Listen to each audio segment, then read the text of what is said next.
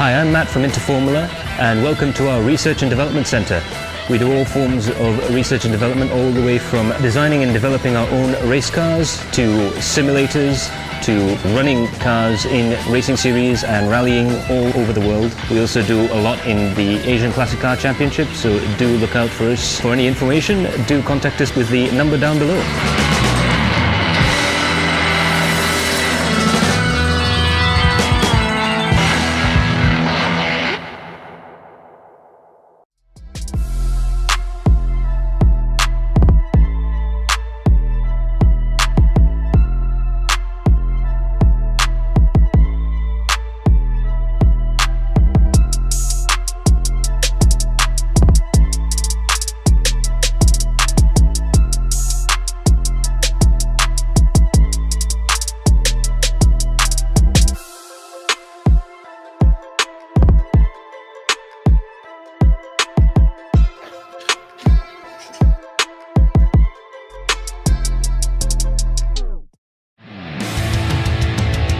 Good evening, ladies and gentlemen. Hello and welcome to the post-race analysis show for round 4 of the Adrenaline Impact iRacing Malaysia Championship Season 2 with the Kia Optimas. We were down at Okayama International Circuit for some fantastic racing. With me is our special analyst and occasional racer as well, Kelvin T, along with our steward, Paduka Choi. So, hi guys. Hai, apa khabar semua? Selamat malam. Absolutely, and we've had a wonderful race over the course of this period, and yeah, we just can't wait to share it with you. Now on to Okayama. I know you guys have heard this before, but one of the shortest racetracks to ever hold a Grand Prix, the 94 and 95 Pacific Grand Prix, back when it was called TI AIDA. Very, very challenging course with a lot of long corners and a real test for the front tyres of these cars. And now on to the podium positions. Jason Jolly manages to get a fantastic strategy and really pace himself brilliantly throughout the race in order to secure that first position and the win for Outhouse FCR Performance. He takes home a 100 ringgit product voucher from Precision Sim Racing for his efforts, and very well deserved too. In second place, Ilham Halabi for Toda Motorsports. He takes home a 50 ringgit product voucher from Works Engineering. They were working absolutely in lockstep, P2 and P3 for Toda Motorsports, with Saiful Arifin, who is in third position, taking home that product voucher, 50 ringgit product voucher from Android King. And now we'll head over to the top 10 positions. Jaswin Jali is in first position. That win really helping things out for him, but he's got to really have a very long, hard look into the mirrors, because Ilham Flabi is only 6 points behind. The Toyota Motorsports driver will be looking to overhaul Jaswin Jali in the next race. Dominic Ang is in third position, 79 points away, not too far away from the battle up ahead, and Ruben Wong is in fourth position to Team URT cars, very close together, 79 plays 68. In fifth position is Arif Roslan for SSAD Go Racing, followed by Nazmi Mazli in the Padawan car, Muhammad Hafiz Kamaruddin in seventh position for Todak Motorsports, Tengku Ershad in 8th, Afizul Jai in 9th, and Nigel Chua in 10th position. And in the team's standings, Todak Motorsports has 156 points from the Outer House FCR Performance Team A, 149, with Team URT Pink in third with 114. So any big upsets could really change the whole scene around, and is very, very close between the Todak Motorsports and Outer House FCR Performance Team A. Guys, so it's going to be very, very close indeed in the team's championship as well. In fourth position is SSAD Go Racing Gen Y, followed by Padawan SRC B, Outer House FCR Performance Team B, Team URT Black, Todak Motorsports Asia, Android King, Todak SSND, and in 10th place, Dante's Todak Motorsports.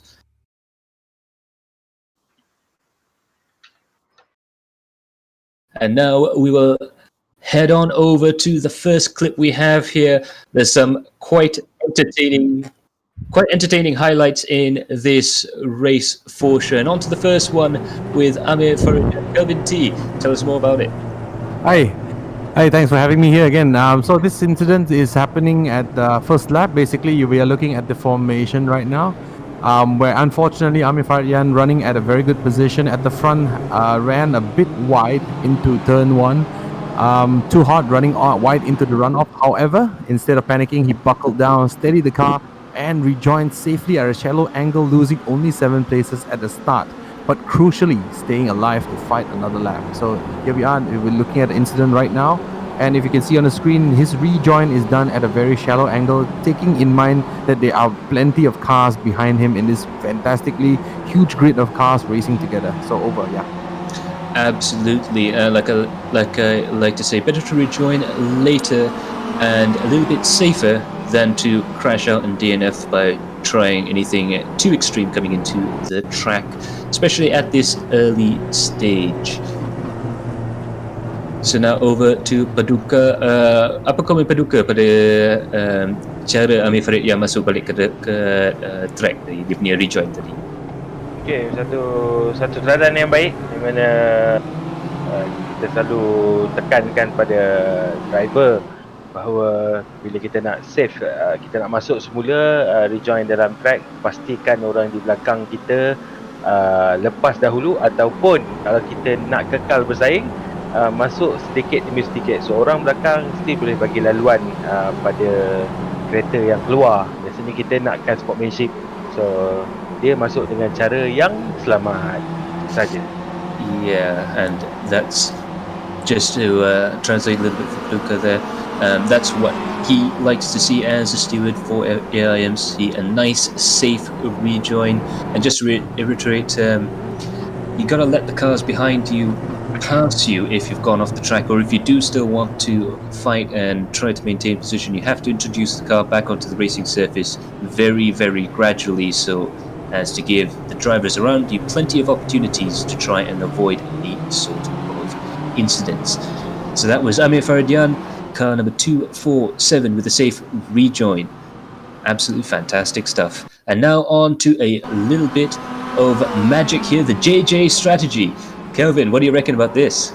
Yeah, so this is a very interesting case whereby the 81 car of Jezrin Jali, a very experienced racer, started P9, but was running P6 consistently, following behind the leading pack for most of the race until actually lap 14. Just imagine a whole train of cars until lap 14, all lapping around the same pace. But as the leaders pulled off into the pits, Jezrin used the tires and fuel that he has conserved through the race and pulled off 138.9 laps, basically a little bit slower than qualifying, about 2 seconds slower than qualifying, 2-3 seconds slower, but effectively the pace at the time, pulling off huge massive speed for 2 laps and then pitted, rejoined in the lead, pulling off a successful overcut, dogging the pack into the lead.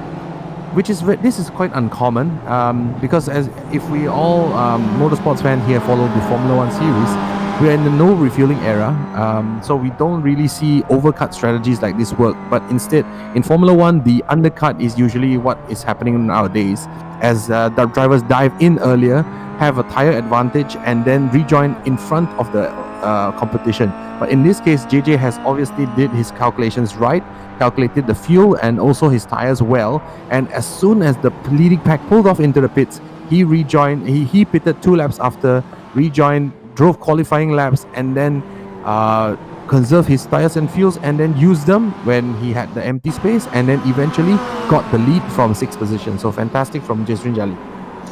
Absolutely fantastic stuff indeed, and this just shows awareness in the race, which is crucial for these long distance races, and as you'll find out later on in this broadcast, it'll be crucial, very crucial for the next race.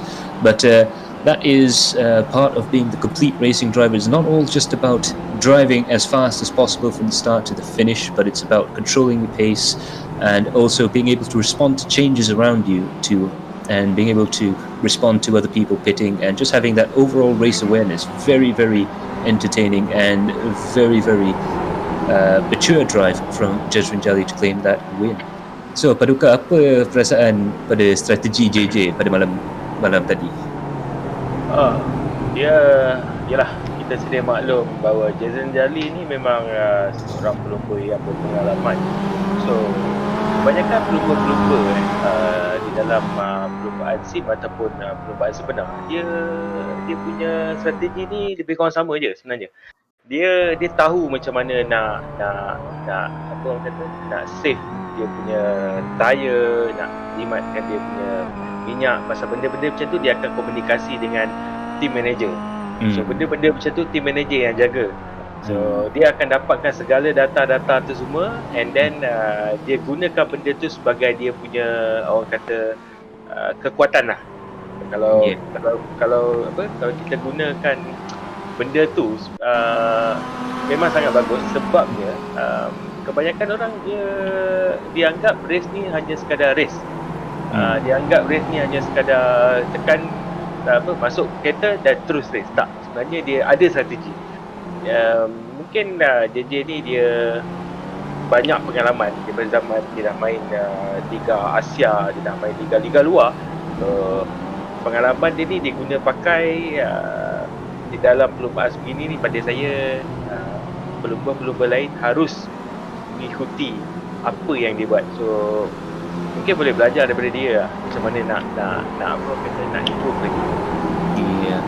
So just like Paduka said there, another key part to making this strategy work is having a good team manager and being able to communicate with your team and try and bounce ideas around and making sure that you have someone out there that's handling the strategy, because that can be critical when you're fighting at the front of the field. And definitely, for sure, JJ would be the man to watch in order to learn these sort of strategies. Perhaps you can have a little bit of a masterclass on that, eh? So anyways, that was JJ's wonderful strategy, and now we're going to lead ourselves on into the third highlight there.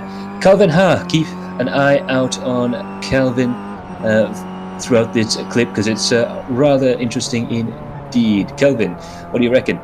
Yeah, I think this is a simple case of whereby sportsmanship is shown across the entire league.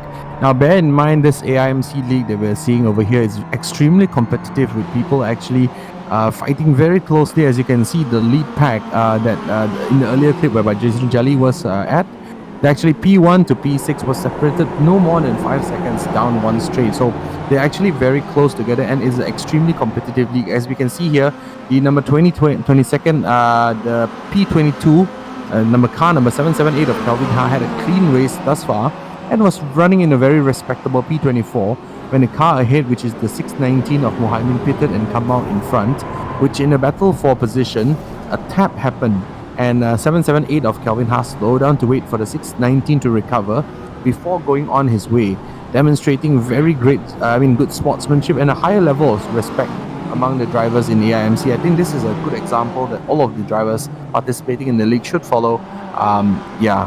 Despite an unfortunate incident, this two drivers recovered, and none for none the worse, and relationships were not harmed in this clip. So I think that's a good thing. Absolutely, and it just also goes to show that this avoids any sort of possibilities of driving into an incident or driving into someone who perhaps hasn't quite gathered his car up. Understandably so. Once you've been turned around like that, you'd be a little bit confused, perhaps, or just trying to get into first gear and all the rest of that. So perhaps this just goes to show that Calvin Ha has the presence of mind to slow the car down, and of course, not only does it not damage the car, but it doesn't damage any relationships, because we do like to keep a tight sim community going here in this championship. So, Paduka, apa komen anda pasal insiden ini? Insiden ni menunjukkan satu sportsmanship yang bagus. Insiden ni menunjukkan satu sportsmanship yang bagus. Okay. Walaupun kita tahu ada setengah orang dia mungkin tak perasan kalau Calvin Ha ada kat situ, tapi sebagai driver, sebagai apa orang kata pelumba yang lain, saya nak mention juga pelumba yang lain, dia tahu apabila ada kereta berhenti dekat situ, so dia mengelak lah, satu. Yang keduanya, dia memberi semula position pada Mohammed. Dalam perlumbaan memang kadang-kadang terlepas braking point boleh berlaku, mungkin ada masalah brake fail pun boleh berlaku, tapi apa yang ditunjukkan oleh Calvin sangat bagus dan harus dicontohi oleh semua pelumba. Saja. Absolutely, like Paduka saying there, a very, very good example of sportsmanship and racecraft there from Calvin Ha. So Calvin Ha waiting for his rival to carry on. So that is Mohammed there. Perhaps the one time in racing where when Mohammed said, "Wait for me," Calvin Ha did respond. Anyways, on to the next highlight there, which is a strategy this time being pulled off between two drivers, Ilham Halabi and Saiful Arifin. Very interesting stuff indeed. Would you say so, Kelvin?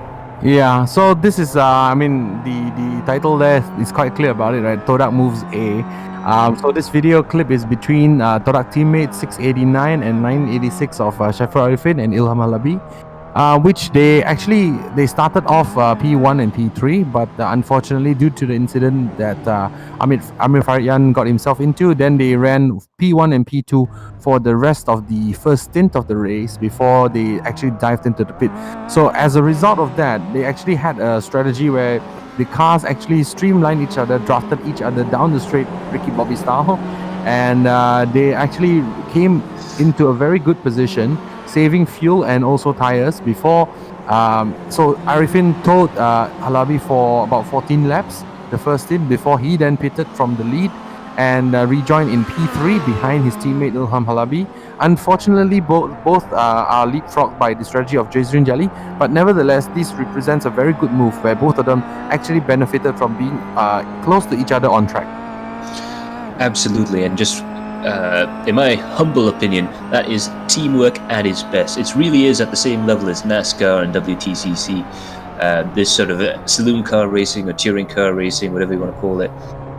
That is a strategy that's really very important to learn once you get into like the pro levels. So it's very fascinating for me to see these two very experienced drivers working together and climbing up the ladder as a team, as opposed to just trying to do it on single lap pace alone.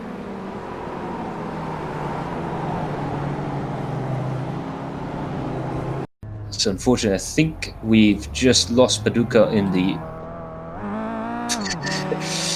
We'll get him back in a moment, but we'll get his comments on that, I'm sure, as soon as he's able to get back in. But in the meantime, we'll have a quick look at what I have to say is perhaps one of the best duels we have seen all season long.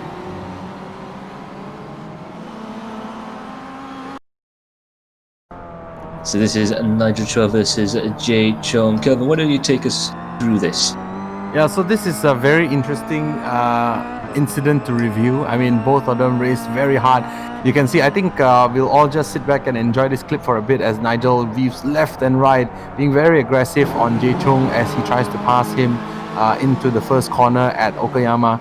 This move carried on all the way, and as you can see, Robin is racing here as both of them came very close to each other, constantly touching, but fortunately for us, nothing major happened. But as you can see, the move ended up with both of them actually safely through, no major incidents or accidents. Unfortunately, with Jay Chung actually running out into the runoff area, but nevertheless, this is such a close battle where both cars are just so close to each other, but both giving the other just enough respect and just enough room so that nothing big happened. Very interesting race, a very exciting race, and actually good on both of them because both finished very good positions at P7 and 11, proving that good clean racing is actually the way to go. I mean, both of them raced hard, but this is actually very, very tough on them, and bearing in mind this is quite late in the race as well, so kudos to both of them for keeping this exciting for all of us. Absolutely, and this is touring car racing as it is meant to be. Of course, a little bit of contact is to be expected in touring car racing, perhaps a bit more of a no-no in sports cars and single-seaters, but I guess the old adage rings true. Any of the old school touring car drivers would have to agree, touch but don't hit. Yeah, so that's a good one. Yeah, touch, don't hit. Nice one. Absolutely, and this is the kind of racing we've come to expect with the AIMC Championship. Very, very close battles there. Sometimes it does get a little bit heated, but it's nice to see that the level of respect is growing by the day between each competitor. And they're starting to get a little bit more comfortable in driving in this sort of clean but aggressive manner. Yeah, and I mean, maybe fortunately or unfortunately, depending on how you see it, we're gonna have a new car for the next season, and although this will change again as we try new things for the next season, so stay tuned. And I think this is also a casting call for drivers out there. Join into the AIMC League next season, and you shall be part of these exciting battles that we see. Absolutely, and we're always welcoming new drivers as they come into the series. Who knows, you might be involved in a battle as good as this. Yep. Now we're going to head over to another very fascinating battle between Arif and Jay here. And Jay Chong racing very hard with Arif Roslan here. Really aggressive stuff there. Kevin, why don't you take us through the moves these guys are making? All right, thanks for that. So for this one, we have two cars here. Car number 36 of Jay Chung, and also the car number 40 of Arif Roslan, which is very importantly our winner for the last round. And a last round in the Charlotte Roval. And so this is definitely a close tight position, fighting for at the top 10, nearing the top 10. And going into the right turn before the long main straight, Jay drifted slightly wide but came back to defend the line, as you can see on the screen right now, but crucially left a racing gap for just enough for Arif Roslan to slot into it, and resulting into a drag race down the back straight, and resulting in a clean, enjoyable battle going into the next sector. I think this is very important, as you can see both drivers showed each other respect, and also once again, if you can see Jay Chung leaving just enough space for Arif Roslan to slot into there as he concedes the corner. I think it's important for us to be able to understand where our car is in relation to the race, and at this point Arif Roslan perhaps just has the slightly faster car, and it is perhaps the wise move for Jay to just concede it very cleanly, very nicely, and ultimately resulted in a good result for both of them. Absolutely, and I think you'll perhaps agree with me on the point that this just shows that it's not necessary to force a move. It takes time to pass properly. You don't try and pass on the absolute first chance you get. It is useful to try and sort of follow your opponent and try and read the opponent's moves first a little bit before going for that overtaking maneuver, because desperation does lead to unforced errors. And it's great to see that the mature driving has prevailed here in this particular battle. Yeah, I completely agree with you, right? And with I predominantly race the Skip Barber series, so it's a little formula car with some wings and very good slipstreaming down the straight. With my experience in that series, if you're not just fast enough compared to the drivers around you, no matter what, you will slip back, because even though you get a move done, you could get a very hard overtaking move done in maybe the second or the first chance that you see. But unfortunately, if you do that, ultimately the cars behind will be faster and they will overtake you somehow. And in the Skip Barber series, contact is absolutely no. So definitely is something that is very interesting. And perhaps we'll see this series sometime in the future in AIMC. I don't know.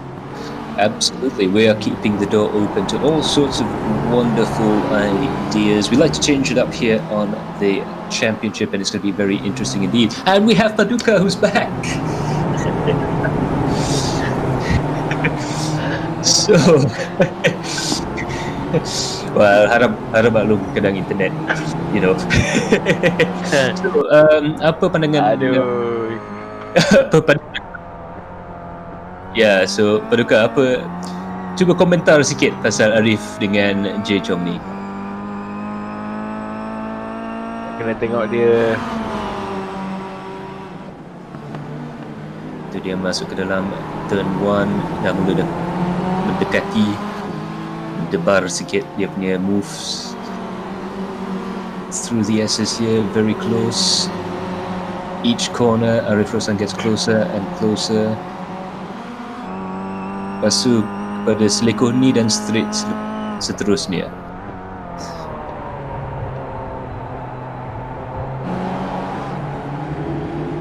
Ni battle lah.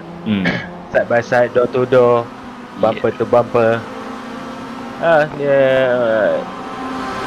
sebenarnya bila dalam perlombaan kita memang suka kalau tengok ada drama macam ni. Ni kita panggil drama jugalah. Tapi dia drama yang bukan kontroversi. So fight battle yang macam ni, dia ada satu kepuasan di mana walaupun orang tu duduk nombor 15 sekalipun, walaupun orang tu duduk dekat 40 sekalipun, 40 dan 41 tengah fight, dia ada satu benda yang kalaulah 5 lap 5 hingga 6 lap dia fight macam ni, dia macam ada satu kepuasan tau. Tak ada apa, masing-masing walaupun mungkin ada contact body atau apa saja, dan ia satu boleh melatih para pelumba untuk lebih faham racecraft dalam perlumbaan. Jadi kat sini kadang-kadang kita boleh tengok yang orang kata kita punya emosi, kita punya keinginan, kita tak boleh buat mistake, kita tak boleh buat apa pun. Jadi kat sini kita belajar macam mana nak kontrol diri kita sendiri. Dia bukan pada orang lain saja, dia kontrol diri sendiri. So battle antara Arif dan Jenny, saya pun rindu kat sebenarnya kalau tengok battle macam ni kan. Saya pun sekali. That makes two of us.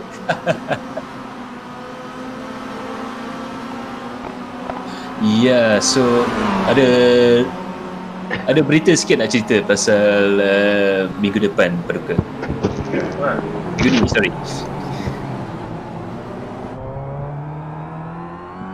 Yeah.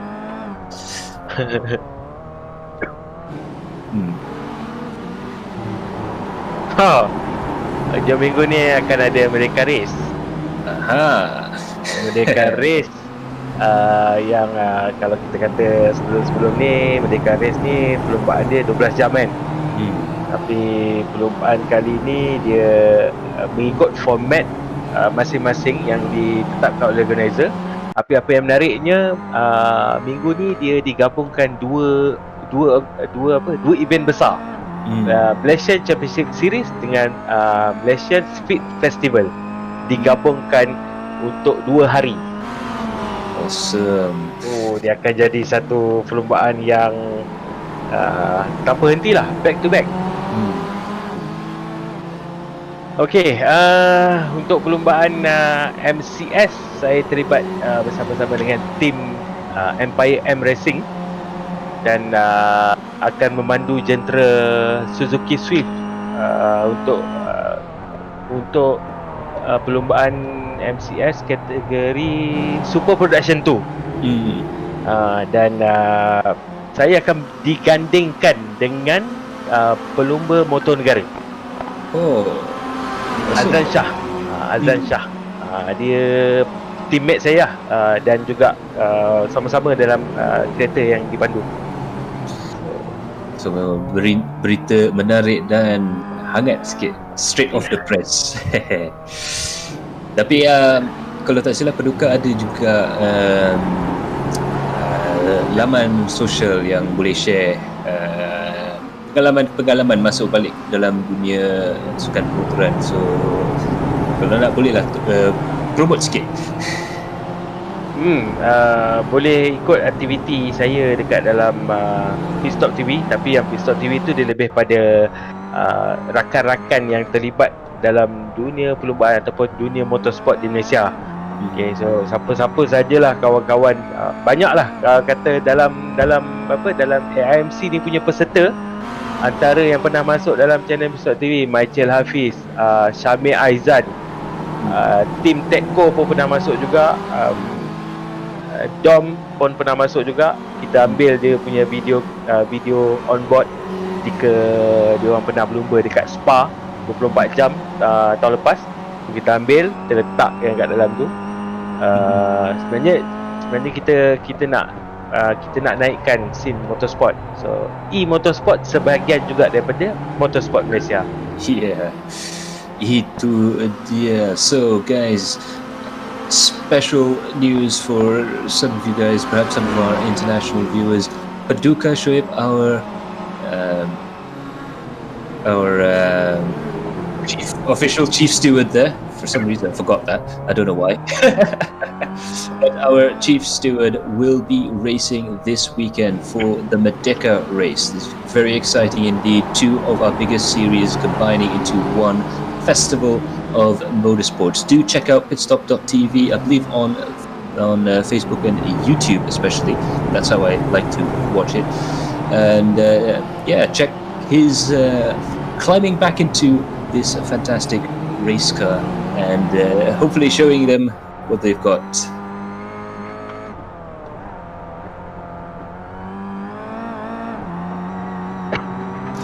So there is a special announcement we would like to make, as we will reveal in the next slide here. Arif Rosla and Jay Chong has won our brand new Best Battle Award.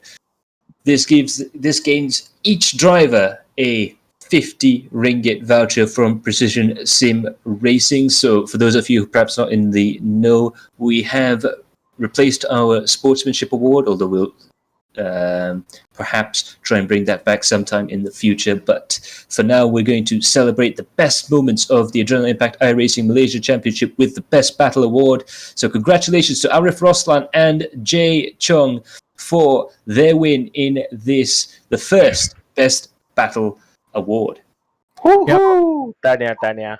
All right. Also, once again, just to shout out again, this, as per what Matt has just mentioned, we are replacing the Sportsmanship Award with the Best Battle Award. So keep the battles clean, keep it tight, keep it close, and who knows, you might just get featured in the next post-race analysis that we have here, and you may just walk away with some fantastic prizes, including some vouchers. Absolutely. So while Arif Rosla and Jay Chong bask in the glory of the Best Battle Award, we're just going to have a quick look at our next highlight. This is Nigel Chua versus Dominic Ang there. Kelvin, why don't you take it away for us? Thank you so much. So this is car number 3 of Dominic Ang and car number 10 of Nigel Chua, racing in close proximity with each other. And as you can see from the video, Nigel making moves left, right, center, trying to get past the car, the URT car. And probably at this stage, Dominic had probably the worst tire wear and also some fuel issues, as because both of them in earlier race pace, they clocked similar race speeds of a faster lap around 136. So there's absolutely nothing between these two racers. Close racing, as you can see on screen, no quarter given, but 2 into 1 does not go. And as you can see later in the video itself, Nigel will finally make a move stick. But as we go into turn 1 of Okayama circuit, you can see the battle is extremely close with the cars crisscrossing among each other. And as they go into the technical second corner, it is very easy to go off. Actually, this is an off-camber corner. Now they go into the huge right-hander before the main straight, and you can see these two cars are absolutely close to each other. Unfortunately, Dom, I think, just runs a little bit wide and gets punted a bit by Nigel in the back. But slides in, and both cars actually do touch a bit, as is touring car racing, and drag race straight down the back straight, and resulting in a very close overtake happening right over here, with drivers squeezing each other and absolutely leaving no room except just enough for one of them to get past. And as you can see on the screen, in the end, it is Nigel Chua who emerged from this fight. But so interesting, and looking forward to more duels with these two people, these two drivers, and kudos to both of them for this clean, exciting racing that we see on screen. Absolutely. It just goes to show that trying to force or push something into an impossible situation will result in contact. Now, how you handle that situation is what really separates the men from the boys. I think Nigel Chua and Dominic Ang there coming into the hairpin, myself in the studio, and I'm sure a lot of the fans at home were definitely on the edge of their seats, but both drivers managed to make it through, and very, very exciting stuff. Perhaps a little bit, it's a little bit rough around the edges, but for sure, very, very exciting racing indeed. And it just goes to show the standard of racecraft in the series has gone up a lot in the last few weeks. So anyways, Paduka, apa komen pada battle ini pada hari ini? Okay, satu battle yang memang menarik bila memang konsep yang lebih kurang sama macam battle yang tadi. Side by side, door to door, kita ada space tinggalkan, kemudian nak overtake balik semula, ada ruang. And then benda-benda macam ni sebenarnya dia lebih fun, dia lebih orang kata lebih menarik lah. Kadang-kadang kita selalu fikir kenapa kita tak finish satu, kita tak finish dua. Tapi pada saya yang macam ni lebih orang kata lebih menarik lah. Door to door, bumper to bumper fight. Lebih puas. Ini lebih puas. Ini yang menang 1 2 3 tu kira bonus lah. Cuma untuk perlombaan yang ini dia nice. Yeah, as Paduka was saying there, sometimes in racing the real satisfaction when it comes to racing is these door-to-door battles, these close quarter fights between two drivers. Obviously you want to keep things good, clean, safe, and with a lot of sportsmanship in mind, but when you pull off a move or you battle with a driver for a few laps, that can give even more pleasure and satisfaction than winning the race. The race win or a podium position is more of a bonus at that point. It's all about the fights and the battles and the fun you have along the way. So that was Dominic and Nigel. This time we're going to have a quick look at Shami Azri and Ruben Wong. Perhaps a little bit of a look into the SOP of racing. Kelvin, why don't you take it away? Yeah, sure. I think echo with what Paduka has mentioned, right? If you make a move that has been carefully coordinated and well planned for the, you could have just planned it for a few laps, or you could, in the case of Jisrin Jali, plan it for the 14 laps that you are behind the other cars, and you make a move. It is very satisfying. So as we can see here, I think for this particular clip, Ruben has been behind Shami Azri for a while, and they have been driving very closely, but unfortunately on the screen you can see them both touch each other, and resulted in Shami Azri actually getting spun out into the off-track circuit area. Now in this case, as analysts, we will not be assigning blame, but clearly this incident can be avoided if both drivers granted each other more space on the turn. And car number 24 of Ruben Wong had been attacking for more than 5 laps before this incident, so both parties would have been aware of each other on the turn, but perhaps they can just grant each other a little bit more space to avoid this happening. Perhaps over to Paduka for comment. Okay, untuk insiden yang ini, kita faham mana kadang-kadang masalah space ni mungkin kita tak perasan ataupun kita tak on relative lebih kurang lah. So pada saya patutnya kekalkan space ataupun kata kita tahu kita akan fight berdua, and then better kita kekalkan clean, artinya bagi ruang yang secukupnya untuk orang kiri dan juga orang kanan yang mana datang daripada arah belakang ataupun tepi. Semua tu kita kena alert dan kita kena bersedia. Satu saya nak mention saya nak tekankan kat sini, sebenarnya kan dalam perlombaan kita hanya ada satu ruang, ada satu kali sahaja untuk kita move.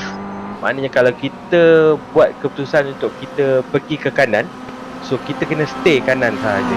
So kalau kita pergi ke kiri, kita kena stay ke kiri sahaja. So maknanya kalau kita masuk dalam corner pun kita duduk line yang kiri juga. So bila kita ubah position, so dia akan jadi insiden yang tak dapat dielakkan lah. So next sila berhati-hati dengan orang kiri dan kanan anda. Absolutely, like Paduka was saying, once you commit into a line onto the corner, the best course of action will be to keep that line and try and leave a little bit of space. And perhaps just my own personal opinion, perhaps there is a little bit of a difference between sim racing and real racing, but in iRacing, netcode as well is a possibility. So it is best to leave just a little bit of extra room in case of anything like that as well. Yeah, I echo with your view, right? I mean, because the closest server that we have here, I believe, is the Sydney server in Australia. So even that will basically that also will give us a little bit of lag, sometimes around 300 milliseconds, which is enough for the cars to actually, I mean, trigger the netcode and have an incident where actually they're supposed to not have an incident. So yeah, I mean, echoing what you said, perhaps it is wiser to leave a space for each other every time we drive and be very conscious with the gap. Absolutely, but that was that. We're going to head over to one more highlight for the race, and this is with Matthew Graham, Sharon Norafudin, and Afizul Jai. So let's have a quick look at this incident, and Kelvin, why don't you talk us through it?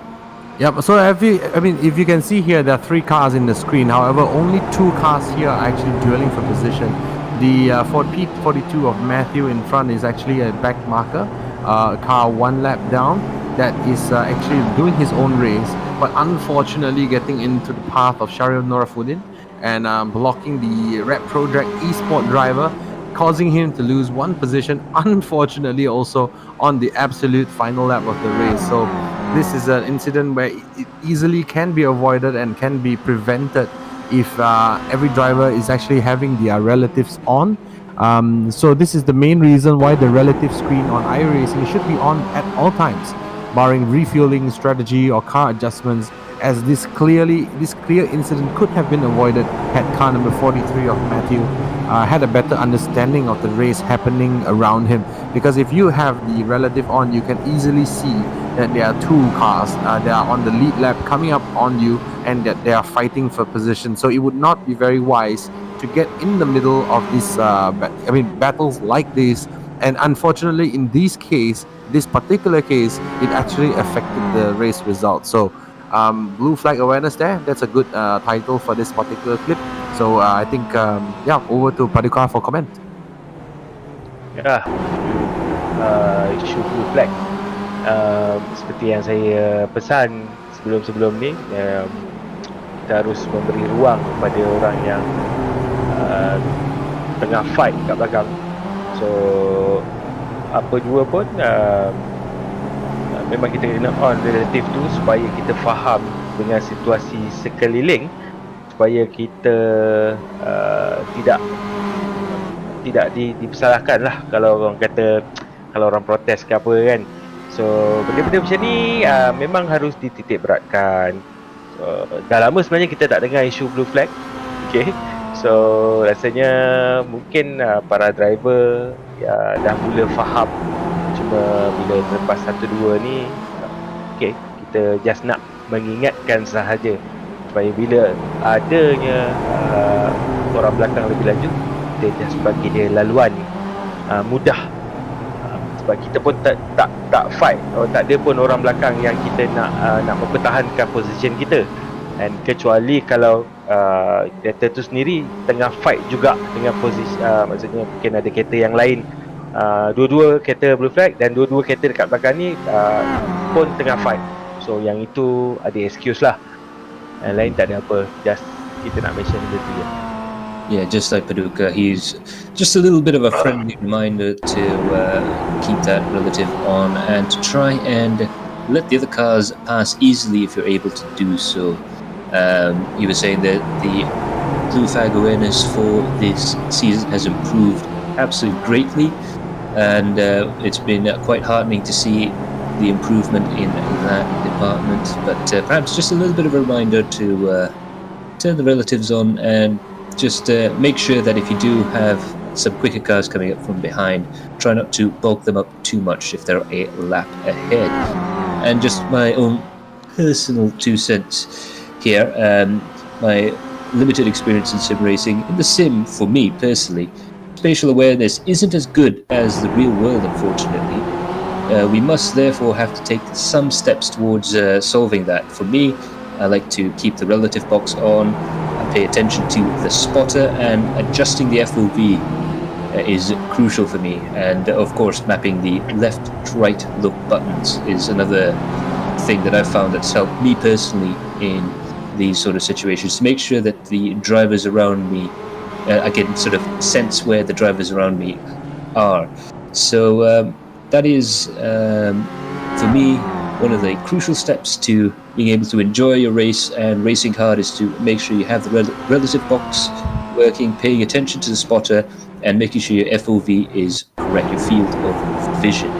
Yeah, and just to add a little bit to that, and if you're using VR like myself, I think it takes a bit of time to actually get used to how VR works, because it does drive like as if you're in a real car, and you have to actually turn your head around to have a better look and have a better view of your surroundings. And of course, the relative box is still available in VR, so definitely keep that open, keep that on, and just turn the head around a bit more. I think we feel a little bit less. I mean, the use of VR is not so much in the cars like these. They are huge cars. These Kias, they're even bigger than the Mazda MX-5s that we had in the previous season. But if we actually ever do a open wheeler series, it would be very good. And I think I highly encourage people who actually can do it to invest in VR, because it is truly a game changer in the world of sim racing. It's fantastic. I can vouch for that. Absolutely. I have very limited experience in VR, of course, but I have been able to try it in a sim racing context a few times, and it is amazing. It does help with, for instance, someone like myself or Paducah or Michael or someone like that coming from the real world of motorsports. When you get into a sim, it is very, very difficult to have that spatial awareness that you're used to in a race car. You're so used to just being able to look over to the left or to the right, even if it's just by a few degrees. And VR really does help with that. But as you were saying, keeping that relative box open and or with all the rest of it as well, it just helps so much. So if you are able to invest in VR, that would be the trick. Yeah. So Paduka ada apa-apa komen pada pasal FOV ni? Topik hangat sikit. FOV. FOV ni sebenarnya sangat penting dalam dunia sim racing. So FOV ni dia merangkumi banyak benda. Kita VR ni dia memang perfect FOV lah. So dekat dalam tu dia bukan sekadar ada FOV, malah dia ada POV, person of view dan juga field of view. So dia dua benda yang digabungkan dalam satu. So siapa yang pakai VR ni memang kata memang apa, dia kepala dia boleh toleh banyak benda lah. Dia boleh toleh ke kiri untuk tengok separuh daripada kereta yang datang, dia boleh toleh ke kanan, kemudian dia lebih apa orang kata lebih mendalam lah. Maksudnya macam nampak macam real lah kan. So untuk yang pakai single screen dan juga triple, dia sebenarnya ada tips tau. Ada tips macam mana nak okey, kenapa orang pakai VR ni dia fokus dia lebih. Pasalnya mata dia tu tertumpu pada apa yang dilihat. Kalau dia toleh ke kanan, dia still nampak dalam kereta. Dia toleh ke kiri, dia still nampak dalam kereta. So apa yang berlaku pada orang kata pengguna-pengguna single screen dan juga triple screen, dia toleh kanan, dia akan nampak air lah. Dia toleh kiri, ada handphone. So benda tu dia akan hilang fokus. So benda-benda macam ni dia ada macam saya cakap tadi, ada benda yang harus ditekankan. Sebenarnya boleh tutup bawah monitor tu ditutup supaya mata kita tertumpu pada apa yang kita nampak kat depan. And then harus menggunakan satu application yang dikira aku tak silap dia @racing.com. So dekat dalam tu dia ada calculator. So masukkan kalkulator, kiraan skrin tu berapa panjang, bezel TV tu berapa, lebar, degree, semua kena ambil kira secara detail. And then korang kena isi benda tu. So percayalah cakap saya, bila FOV tepat dan POV yang tepat, so kita boleh elak. Yang pertama, insiden bila mana space kat sebelah kanan ataupun sebelah kiri. Yang kedua, kita laju 2 second. So there we have it, some tips as to improving the vision in your race. And as Paduka said there, trying to declutter your field of vision if you have a single screen or triple screen monitor. That helps a lot with your focus, and you can also look online for the app to calculate your FOV and to make sure you get that right, because it was a world of difference for me. It made absolutely fantastic difference as a single screen user, because, well, you know, budget.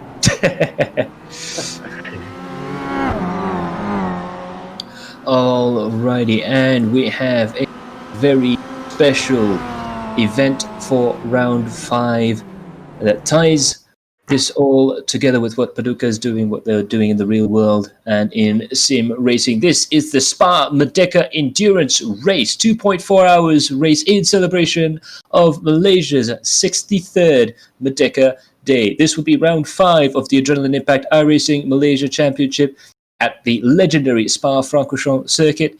And this is going to be an absolutely amazing race. Now, this will be a multi-driver race as well. So you're going to see driver changes in the cars, and it's going to be a proper enduro event over the 2.4 hours. So that's 2 hours and 24 minutes, if my maths are right, and they usually aren't.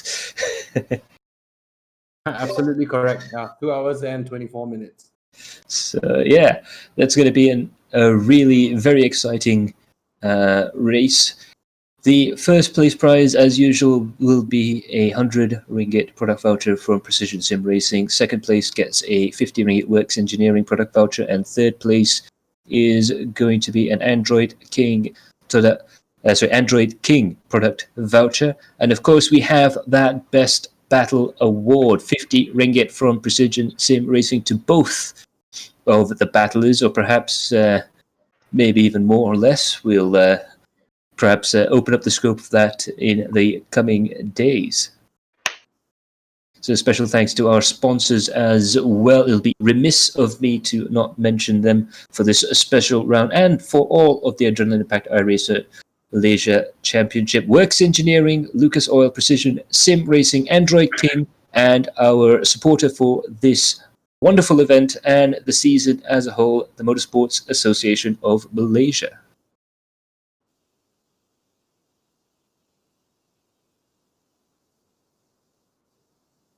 Alrighty, we also have a bit of a reminder to all the SRE guys and to all the members of the Adrenaline Impact iRacing Malaysia Championship. There is at 10:30 a solo practice session, so that you guys can get the lay of the land of the Spa-Francorchamps circuit. Absolutely brilliant track, I must say.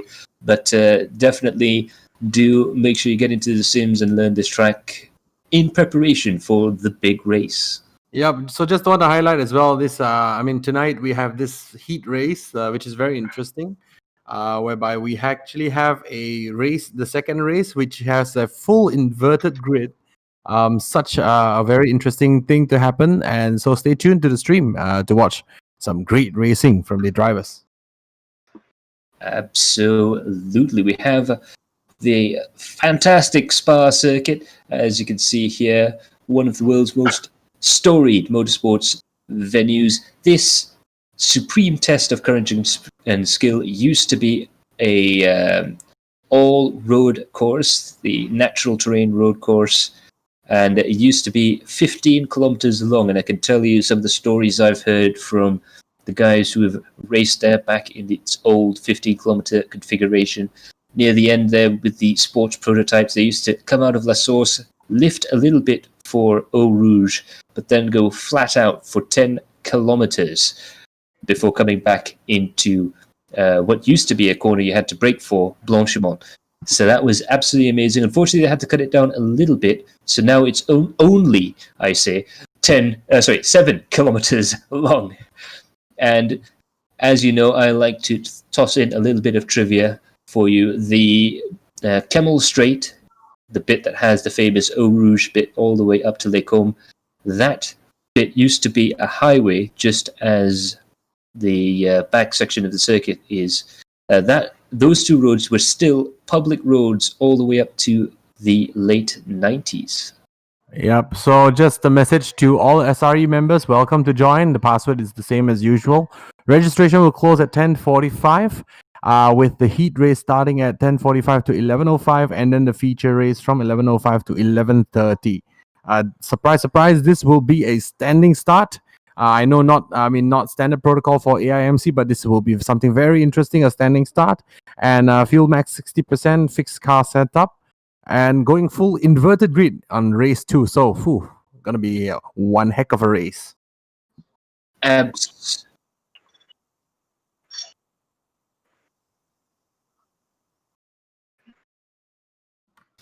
So, Paduka, kamu ada cerita sikit dengan driver yang ada first hand experience dengan Spa? Kita ada pelumba yang pernah berlumba kat sana untuk perlumbaan 24 hours Spa, Dominic Ng. Dominic Ng pernah berlumba di sana bersama-sama dengan 3 orang lagi pelumba Malaysia. Salah seorangnya Farid Hairuman. Satu lagi Douglas Ho. Seorang lagi saya tak ingat, tapi dia 4 orang total kalau tak silap saya. So mereka pergi ke sana. Apa yang menariknya, mereka menang dalam perlumbaan tu. Yeah. So dia ada 2 kategori, tapi dia menang dalam kategori yang satu tu. So sedikit sebanyak ianya telah mengharumkan nama Malaysia. Itu dia. So bukan saja real world experience, but real world winning experience. Yep. Memang kita ikut perjalanan tim tu pergi. Memang kita rasa macam diri kita ni dibawa sekali pergi ke sana. Memang best.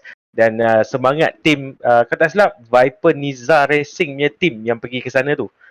So ianya satu apa orang kata, yelah, bila kita duduk dalam dunia motorsport ni, walaupun kebanyakan orang tak tahu, tak digembar-gemburkan pun oleh apa orang kata pihak-pihak yang lain, tapi kita ambil tahu dan kita rasa bangga. Ya, dan jangan lupa juga pada sebuah member Viper Niza yang mungkin ada orang juga yang terlupa sikit, staff Matthew M yang juga ada di dalam series ini. Betul. Ruben ada ke pergi sekali time tu? Aku itulah, dia kata ada 4 orang lah. Betul, Melvin, Dominic, Douglas, Farid, Hairuman. So rasanya dia jadi team manager kot time tu, Ruben. Yep. So Ruben Wong pun ada banyak pengalaman di dalam dunia sukan pemotoran, bukan driver saja tapi di dalam team management, engineering. Definitely an all round great guy in motorsports. Bukan, dia bawa kereta ni apa nama yang kereta kecil tu, alamak ai. Yang main TCR tu. Oh yeah, WTCR. Yeah, they drove the TCR. Siat. Coupe, Siat. Yeah. So, Kelvin, I'm really interested to know what are your thoughts on Spa? Oh, fantastic circuit. Love it so much. I mean, my favorite driver, Kimi Raikkonen, this is his favorite circuit, so naturally this is mine as well. He's the king of Spa. I hope I can be, maybe the jester of Spa or something close. Yeah, I mean, when we talk about Spa, right, the Formula One fans will remember how Mika Hakkinen made that pass off Zonta and onto Michael Schumacher at the end of the straight. And of course, for Raikkonen fans as well, how he, with his ultimate titanium balls, jammed the accelerator full, going through the pile of smoke as he climbed through Eau Rouge. I mean, these are memories that, will always stay with you. Absolutely. And one thing that can't be guaranteed with Spa is that it always create fantastic memories. Even a boring race at Spa, I will take any day over an exciting race anywhere else. I completely agree with you. Yeah, I think nowadays the new circuits need to be held up to the similar standards of racing that Spa can provide. No joke on that. Absolutely. And now we have some updates to round 5. Of course, it's a special event, so we have to change a few little bits and tweaks to the regulations due to the different format of the race. So we have updates and amendments to the regulations for round 5. Number 1, retaliation and intentional wrecking will result in immediate in-race team disqualification. For number 2, drive-through penalty for the first 15x incident, followed by every 10x warning. So no DQ has been set for the incident limit. So there's no automatic DQ for that. That is due to the fact that Spa it's a little bit quirky in that it can be very easy to rack up those points just through off-track incidents. Warm-up race participants will also be awarded 3 points. So some extra points up for grabs there if you can finish the race, and the driver's points awarded is the team's points achieved in round 5. So so Kelvin, what do you reckon? I think just to clarify up, I think the rest is quite clear. But just on point number 4, I mean, for this particular special event that we have here, the points awarded for each individual will be the same points as the team points achieved in round 5. Because I mean, for this endurance race, we have a multi-driver team where each driver is expected to do a certain laps, and this is very important because all of the drivers involved in the same team will be awarded the same points. I think this is something that we just want to clarify, for this particular special round. Absolutely. Dan Paduka ada apa-apa komen pasal update sikit dan amendments ni? Tak ada apa nak komen, cuma berlumba lah dalam keadaan yang baik dan bagus. Dan saya nak mention satu benda. Mungkin daripada tadi orang duk dengar Spa. Ni adalah satu track. Spa ni adalah Spa orang lelaki. Spa orang perempuan lain kan. Inilah Spa untuk orang lelaki. Berlumba di litar. Tapi kira sauna juga kan, kereta panas. Kan. Kalau main ada, panas. Kalau main mesti panas. Ya, konsep yang sama. Cuma kita ada sauna ekstra lah dalam kereta. So untuk pelumba-pelumba, harap dapat memberikan satu persembahan yang baik. Saya harap perlumbaan pada hujung minggu ini atau hari Isnin nanti, satu perlumbaan yang kita akan ingat sampai bila-bila. Absolutely, a race to remember. Any special shout-outs you want to give out to the drivers, Kelvin?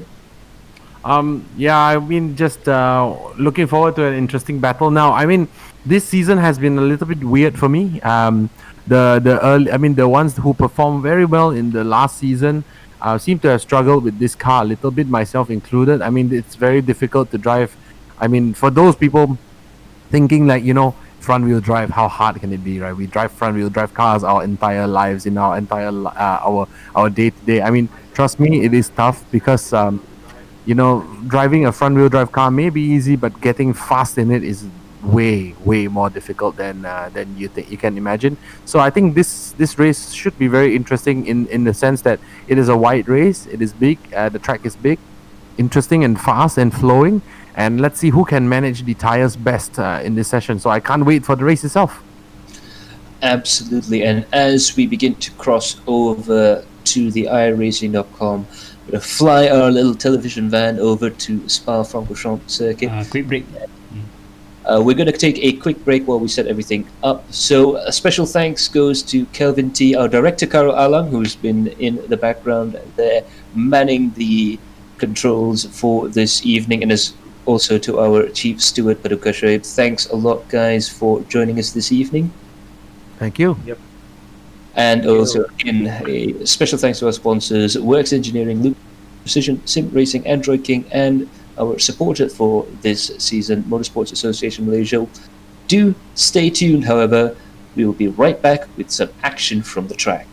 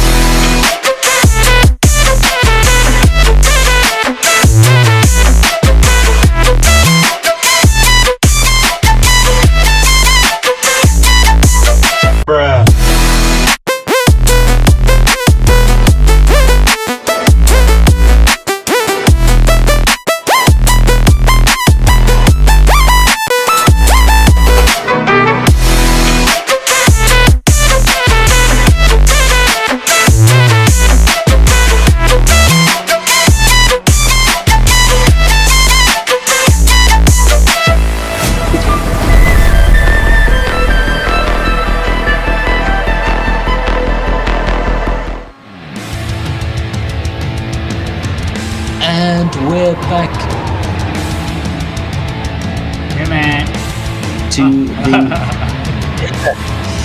the sorry? So you just tuned in to the post-race show. Of course, we have just a little bit of a teaser for the next round. Joining me right now is our director, Karo Alam, and we're going to have a quick look at this rather special race. Inverted grid for race 2, heat racing, just a little bit of some sprint action coming right up.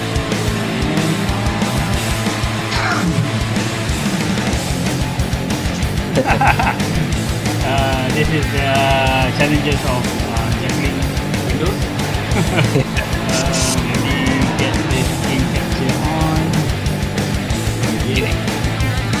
Everything sorted out right now, as you can see. Okay, let's see the leaderboard. Currently today we're running solo runs, not team runs. So meaning they're not sharing the car. So we're going to switch that back over to the usual. By the way, ladies and gentlemen, this would be the leaderboard that we would use during the enduro race. But meanwhile, we see Saiful Arifin is in pole position, Shana Azad in second, Tengku Irsyad in third, Lloyd Lockton doing quite well in fourth position, followed by Calvin Ha, Nigel Chua. Iman Danish has just gone ahead of Nigel Chua, Saran Al-Fudan in 8th, Nasby in 9th, Fairuz in 10th. So we're 8 minutes into the qualifying session, 15-minute qualifying session, lone qualifying has become the standard for this series. This is a bit of a special race we're putting on here during the post-race show. A bit of a sprint race just to get the drivers used to the track and also to have a little bit of midweek excitement. So do stay tuned for what will be some exciting driving, I am sure.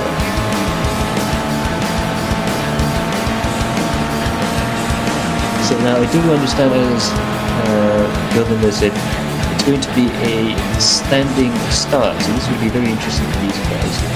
For those of you who might not know, standing start in a front-wheel drive car is very hard to pull off correctly. So perhaps some of the drivers that are used to standing starts might have a bit of an advantage.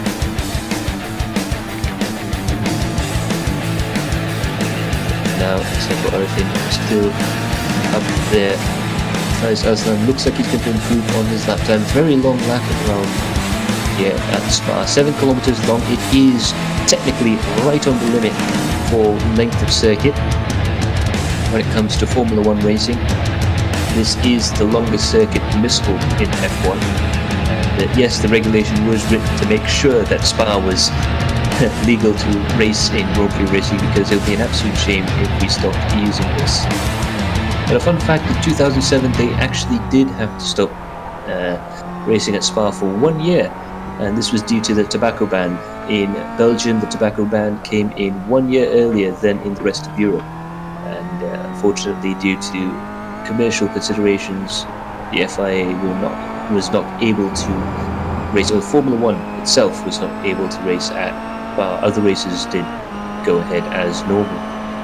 But very exciting stuff through here, and we're gonna watch and see if this man Tengku Irsyad can improve on his lap time.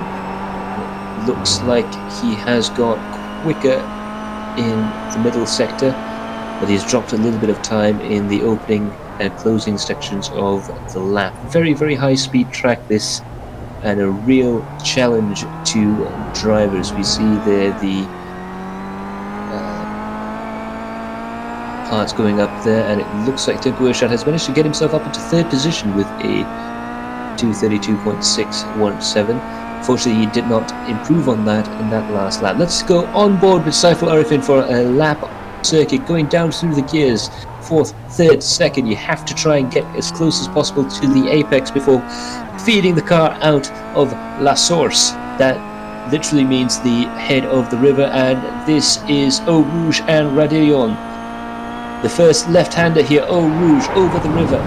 Radillon over the top of the crest here. Have to make sure you get that as straight as possible. In a touring car, you have to lift off a little bit, so you really do have to drive the cars very, very well indeed in order to make that section of corners work. Now down the long Kemmel Straight, this is where you see these cars top out at 234 kilometers an hour. That is blazingly quick for a Kia Optima, I can tell you that much. Now through Les Combes, and you have to be very careful through the curbs here, because if you overdrive the car on the curbs here, you can really find yourself in a spot of bother. Now down into the hairpin here, very, very long right-hander, really stresses the tires out through here, and now into a corner that is known by the locals as No Name. Flat out through the corner there.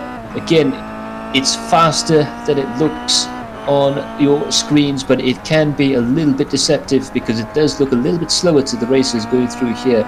Now through this long left-hander, you've got to keep the steering inputs down to a minimum. 4th gear, 5th gear, and now through the Fanyé chicane, known by the locals as Piff Paff, rather endearing nickname for this rather very difficult section of track. And now coming into this fantastic section, driving around the support race paddock and through a Stavilo, and from here on out it's going to be on the loud pedal as hard as possible, getting a perfect exit on to this long straight, heading into Blanchemont, a two-parter. This is rejoining the old circuit that we left at Les Combes.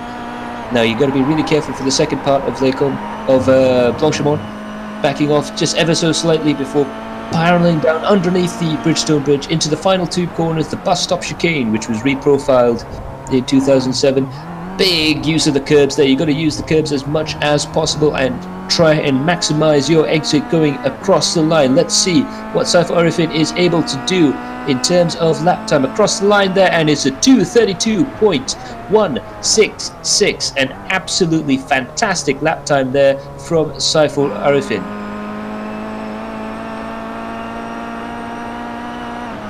And now we can use that clip for the broadcast.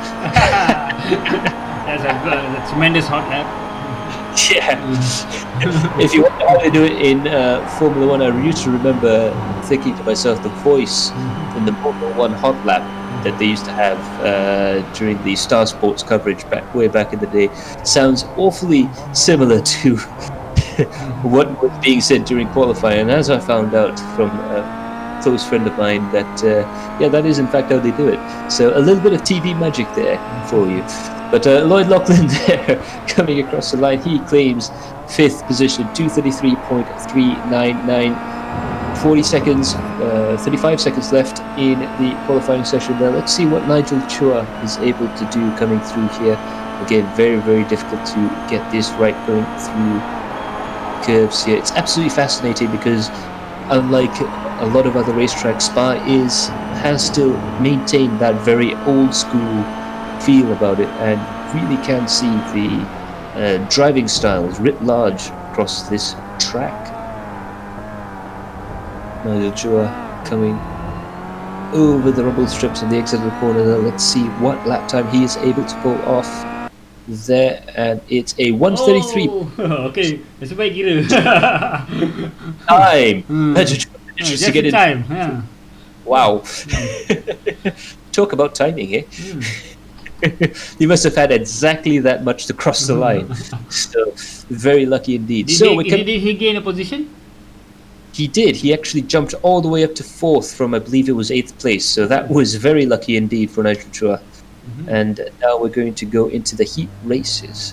Saiful Arifin is in pole position, followed by Shamai Aizan. Teguh Irsyad is in 3rd position, followed by Nigel Chua, Iman Danish, Lloyd Lachlan, Calvin Ha, Cheryl Norafuddin, Surin Selva Raju, Javier Alvarez, Nazmi Mazli, and Michael Hafiz in 12th position. You're going to see the cars start to grid up there. Quite a lot of the guys are up and ready to go for a midweek practice session. We have over 20 cars in the field, so that's going to be very interesting indeed. I think we're going to see a exciting race out there. And we have Paducah down there in 17th position, so let's see how our steward does in his, perhaps getting a little bit of practice in for the race. So now we are waiting for Paducah to come in. Everyone has gridded up.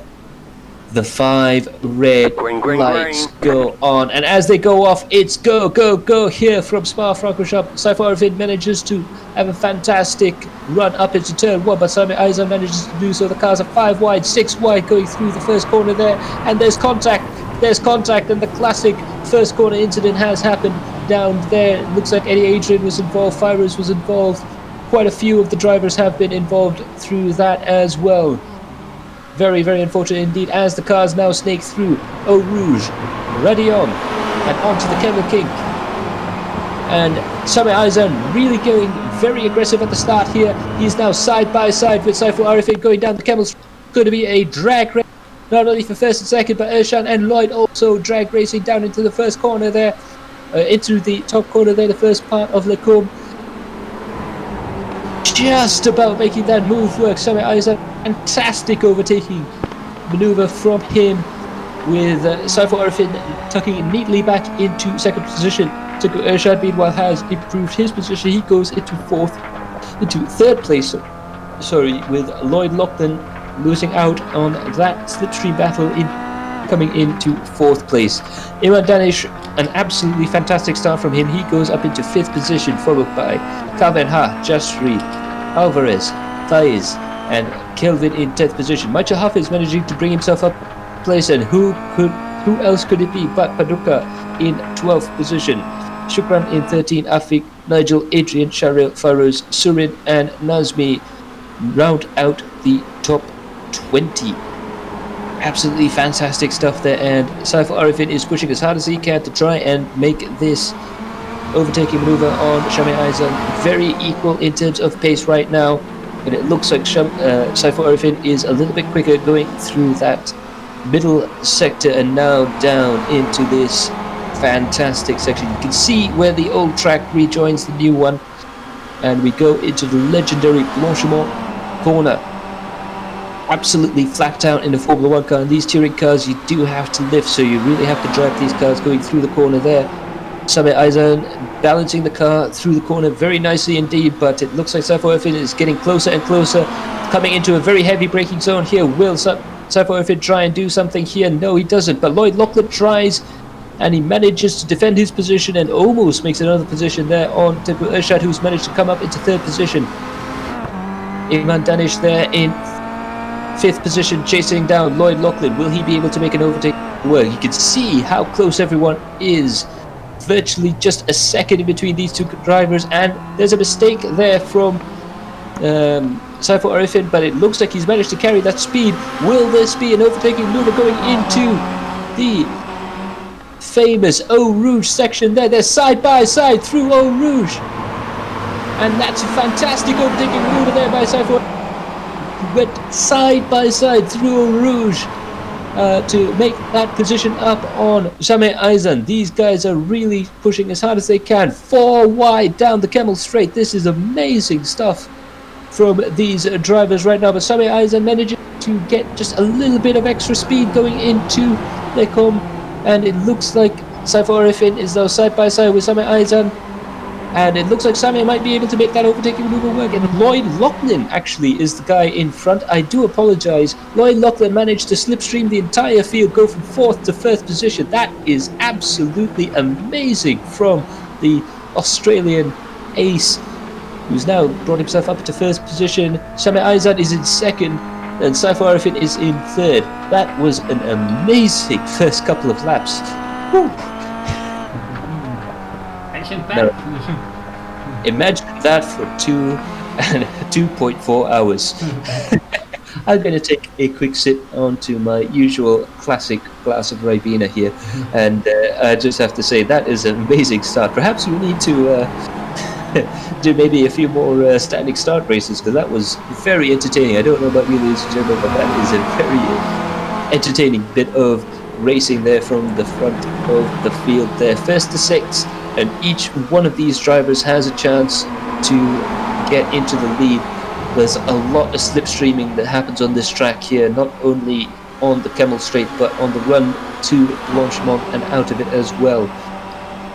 And meanwhile, I know I haven't been catching up on the top banner folks there. Hi guys, and thanks for liking, sharing and subscribing. Thanks there to ZH for liking, and Ole Christian Tapio. Thanks for that like. So if you do want to see your name in the stream right there at the top of the screen there, do leave a comment down below, and whilst you're doing that, hit that like button and share it with your friends and spread that sim racing love around. Lloyd Lachlan now under attack from Shame Aizan going around La Source, and it looks like Saiful Arifin is going to go, they're going to go 3 wide down the old pit straight and into Eau Rouge and Radion. They're 3 wide going through Eau Rouge. Will they be able to pull this off? Yes, they do. Lloyd Lachlan manages to keep his position, but Saiful Arifin makes another place up there. But Sami Aizan is going to go out around the outside, and Iman Danish is going wheel to wheel through the Camel King there, and it looks like Iman Danish is going up into second position. That is incredible driving. Every time we see them go through that iconic Eau Rouge Radion section, these drivers are changing position. This is touring car racing like you've never seen before, ladies and gentlemen.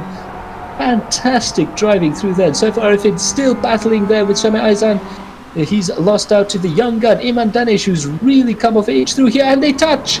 Iman Danish and Lloyd Lachlan have touched. That is unfortunate for those 2 drivers there. Iman Danish trying to go for that position, but a bit worse for wear there.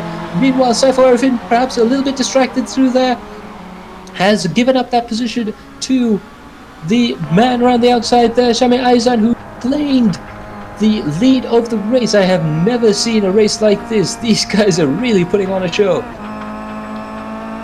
Whew. Man, I'm going to need more Ribena if this goes on this rate. Imagine 2 times. This is the first heat. Wow. And imagine, ladies and gentlemen, for the second of these 2 heats, the entire field will be reversed. So you can imagine the level of racing we're going to have through there. But it looks like from 6 drivers, there are now 4 in this lead group, pushing each other as hard as they can go. Each one of them capable of taking the lead there. And Saiful Arifin is going around the inside. They're going to go side by side through Blanchimont. This is incredible stuff. Going into the braking zone here. They're still not done. Shami Aizan goes off the road trying to keep the position there. It's coming down into the braking zone here. Shami Aizan has the inside line. Will he be able to defend from Saiful Arifin? Now Saiful Arifin has the inside line, but there's a car around the outside. That's Tuku Ershad who's trying to go around the outside there. Calvin Ha manages to tag on to the back of this grid there, and he looks to be getting a little bit racy as well. Not going to brace for this section here, because as you can see, the exit out of this hairpin really does determine how well you do around the start line there. Fantastic place for slipstreaming battle, and it looks like Sami Aizan is under attack there. He touches the wall, trying to carry as much speed as possible going through Eau Rouge, Radion. You can see that famous section there. The pictures just do not do that section justice as to how steep it is, but Shami Aizan is now under attack from Saiful Arifin, who's going to go side by side. Will Saiful Arifin be able to take it around the outside, coming out of the Camel Straight there? He doesn't quite manage to do it, but now he's under attack from Tuku Ershad, who has a look on the inside, but he decides not to go for it. And breathe. Take a deep breath. That is fantastic stuff. I do have to say that, and it's still going. Tukwizanda and Ruben Wong, I think they're in the race. If not, why not?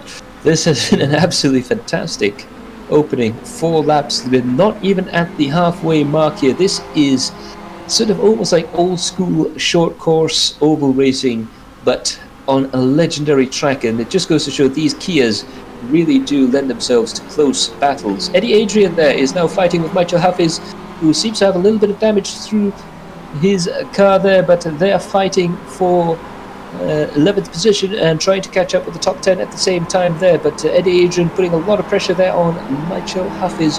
Will we see an overtaking maneuver coming up ahead? Interesting stuff here, and I think this stream is going to be shared just on this alone. This is going to be the highlights of the season, and it's only a practice race. Imagine if there are points on the line. Do stay tuned for next Monday, the 31st of August. That's the national day here in Malaysia, Merdeka Day, for the Merdeka race. That's going to be very entertaining indeed. Panuka Shoaib there in the yellow cab, Kia Optima, taking that nice smooth move on Shukran. They're just going to show that even our steward has a little bit of race in him as well. That yellow cab car really being driven to its limit. But meanwhile, up at the front there, Tengku Irsyad is moved up into third position, and it looks like Calvin Ha has dropped away from this breakaway pack up at the lead there. Muhammad Rizaini Roslan has the stream, thanks a lot. And it looks like you've just joined us in time for what looks like it's going to be yet another attempt at overtaking down this legendary Camel Straight. Saiful Arifin right on the tail of Shami Aizan there. We're going to go out of the slipstream, and side by side will Saiful be able to side draft his way into that turn there. He tries to dive late in on the brakes. Can he make it around the outside? No, he has to give second best there, and he almost has to give his position again to Tengku Irsyad, who's starting to look a little bit racy behind that Todat Motorsport machine. Will the Dante's car be able to make that maneuver past Saiful Arifin? I wonder. Around the hairpin there and into No Name, as it's affectionately known by locals. And now this very, very challenging left-hander. Saiful Arifin, he seems to be able to get away from Tengku Irsyad at the start of the straights, but not at the end. So perhaps the slipstream effect really playing into things here. And it looks like Saiful Arifin getting closer and closer to Shami Aizan there. And I do apologise. I believe someone's let their dogs out. Nothing much I could do about that. I do apologise, but we'll try and see if we can, I don't know, give the dog a bone or something. But in the meanwhile, Saiful Arifin is starting to really push Shami Aizan quite hard there, going through Blanchimont. Will he be able to slipstream Shami Aizan coming into the bus stop chicane there? Both drivers using all of the road, and then some coming to the braking zone here. It looks like Shami Aizan wise to Saiful Arifin's dive bombs into the inside there and defend quite neatly in the, now coming across the start-finish straight. We're using the Grand Prix pits for this fantastic race right now. Faiz Aslan now has gone side by side with Michael Hafiz, who managed to win that battle with Eddie Adrian there, and now Faiz has managed to get himself back up in front of Michael Hafiz. That is a man who is pushing as hard as he can to try and go through with the lead.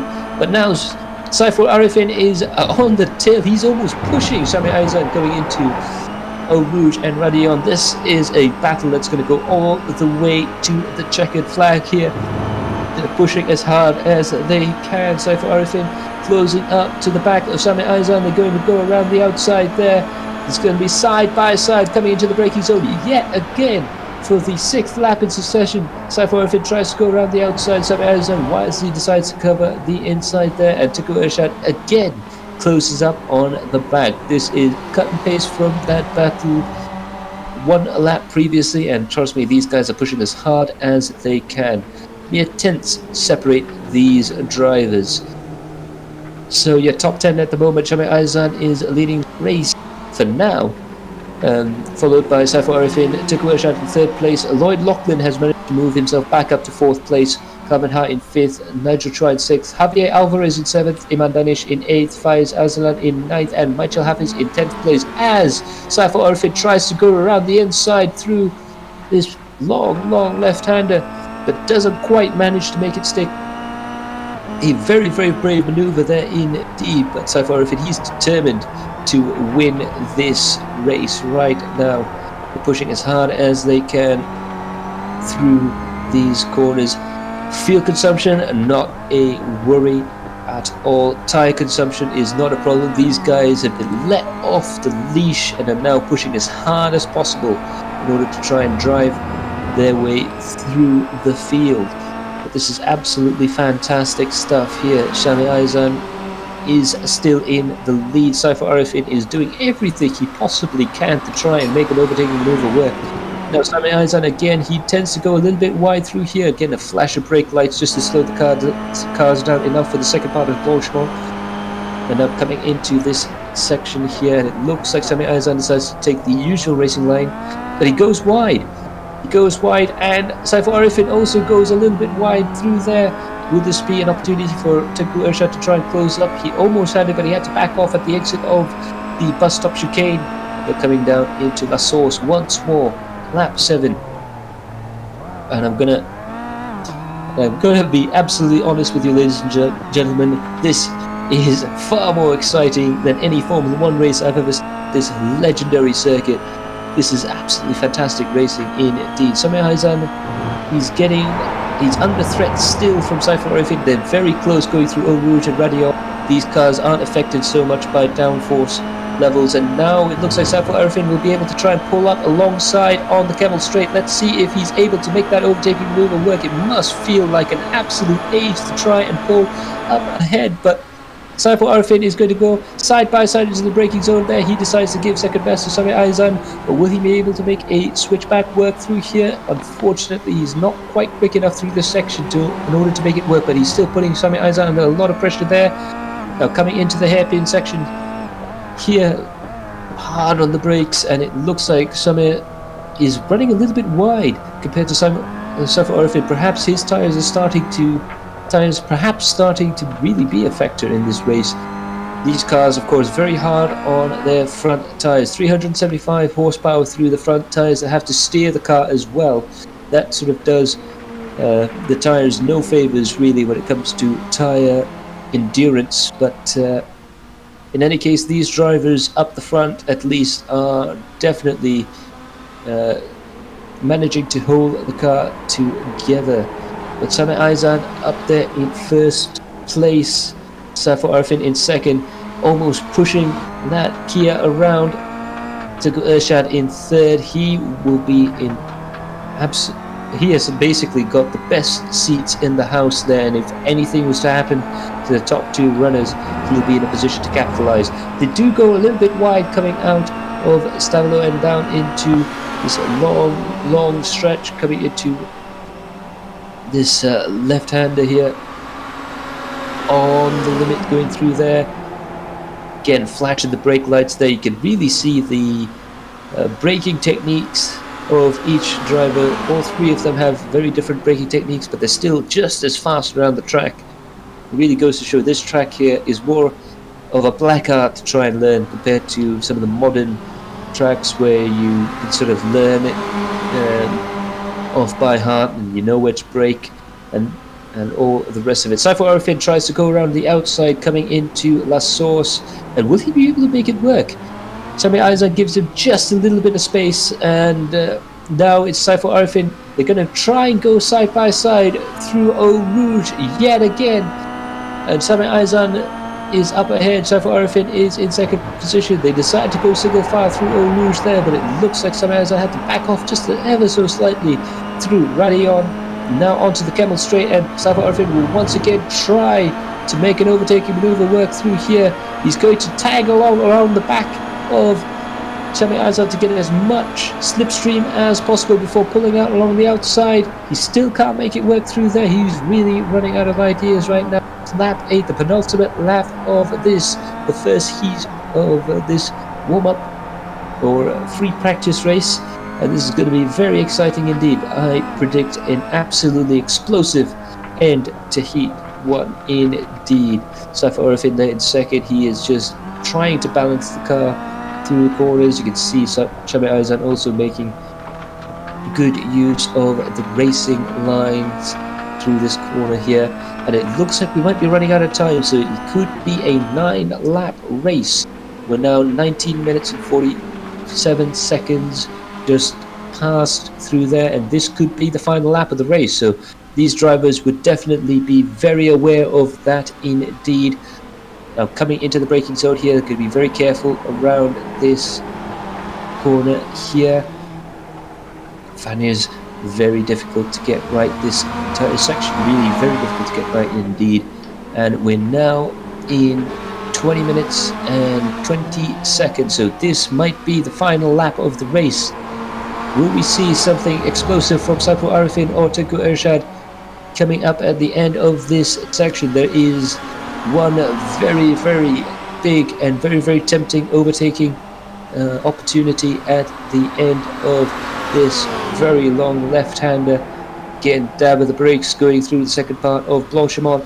Now Saiful Arifin very, very close to the back of Sami Aizan, diving down under brakes, and they touch, and Saiful Arifin manages to get around the outside there, and it looks like he's come off worse through that. Sami Aizan manages to go through in the lead. Tengku Irsyad manages to get into second place, and they come across the line 3 wide, and it's Sami Aizan from Tengku Irsyad and Saiful Arifin, all less than a tenth of a second between those 3 drivers. Meanwhile, Lloyd Lachlan come across in 4th place, Calvin Ha in 5th, Nigel Chua in 6th, Alvarez in 7th, and Danish in 8th, with Faiz Azlan in 9th position. Whew. 3 wide, finish, photo finish. That was amazing. Yeah, that was a photo. I knew it was going to be an explosive end to the race, and let me tell you, as a race fan, it was a very, very exciting race indeed. Incredible stuff there. Legion Hui, I hope you have enjoyed the race so far, and thanks for sharing this broadcast. I want to catch with... back the last. So we're going to have a quick replay now of that final few corners of the race. Sami Aizan in first, and it looks like Saiful Arifin tries to go for an overtaking maneuver there. Sami Aizan tries to defend, a bit of a blocking maneuver there, but no harm, no foul. It looks like Saiful Arifin had to give second best to Tengku Irsyad, and then they drag race across the line through there, and it looked like the second and third place cars were going to overtake the first place car. They just ran out of space coming to that finishing line there. So that was very, very exciting stuff indeed. And if the finishing line was any closer to the start-finish straight, it looked like Tengku Irsyad, of all people, could have won that race. So that just goes to show how unpredictable and how exciting Spa is for racing. This track is virtually built for exciting motor racing. That's fantastic stuff. Take a deep breath, take a deep breath. Yep, because we're going to do this all over again in just a moment. So do stay tuned. We have the second heat of this race, and it's going to be a reverse grid of the first. Afiq Fadlan, by virtue of coming in last in the first race, he starts first in the second heat there. So he is on pole position for Afar 778 Autosport, followed by Nazmi Mazli, Surin Salvaraju, the new hire for Club Automobilista Hermanos Veloces, Paduka Shoaib, our wonderful steward there for the Petronas Cintium team. That's been a running thing with sim racers from Malaysia. When they go into international competition, they like to carry that Petronas logo around with them.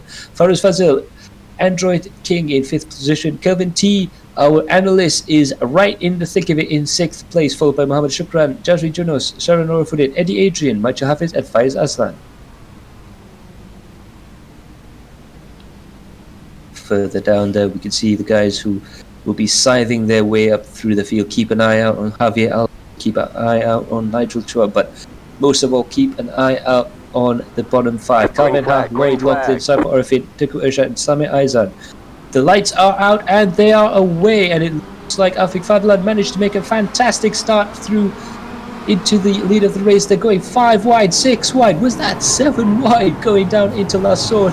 This could be absolutely disastrous, but all the drivers managed to go through virtually intact. Nazmi Mazli had a spin through there. We're not too sure what happened to Nazmi in that incident there, but that was very exciting.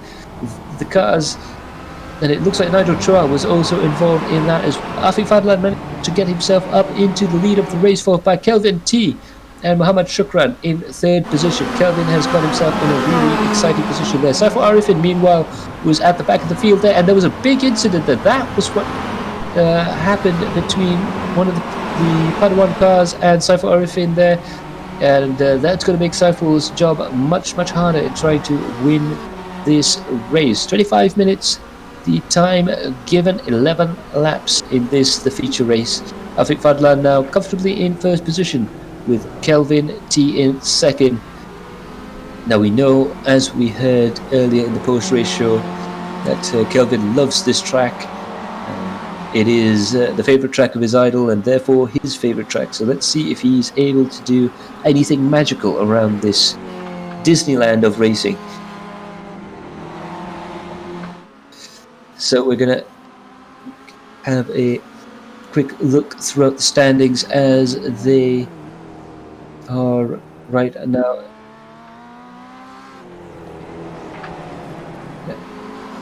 So Afiq Fadlan is in first position, Kelvin T in second, Mohammed Shukran in third position, Sharon Morafudin in fourth, Surin Selvaraju in fifth position. Calvin Ha has managed to squeeze himself all the way up into sixth place. He's going to be a man to watch there. Ayman Danish was very quick in the first race, but fortunately had a little bit of an incident with Batman Lloyd Lachlan, who's in eighth position right now. Shamer is in ninth, followed by Jasri, Urshad Alvarez, Michael, who's just lost position to Faiz Azlan, Nazmi in 15th, Firoz in 16th, Eddie Adrian 17th, Saiful Arifin in 18th position, Nigel Chua is in the pits, and Paduka is in 20th place. So that was absolutely fantastic. Then we just got some comments in the comment section there. Legion Hui, go, go, go, absolutely. And Lloyd Lachlan was saying that was fun. Absolutely, this is an incredible race. That Heat 1 battle was very entertaining indeed. Now Lloyd Lachlan is in 6th place, which is actually very similar to where he was at the early stages of the qualifying heat. Now in the feature race, he is still battling down there in the classic AIMC midfield battle. There's some stunning stuff right now. Afiq Fadlan, he's in a very interesting position, even though he was in the previous race that he has quite a bit of speed in that FR 778 Autosport Kia Optima. He would be able to try and keep a lead from Kelvin T. I know Kelvin is pushing as hard as he possibly can in this car, and it looks like it might be a very interesting race in through that, but keep your eye out on that timing screen there.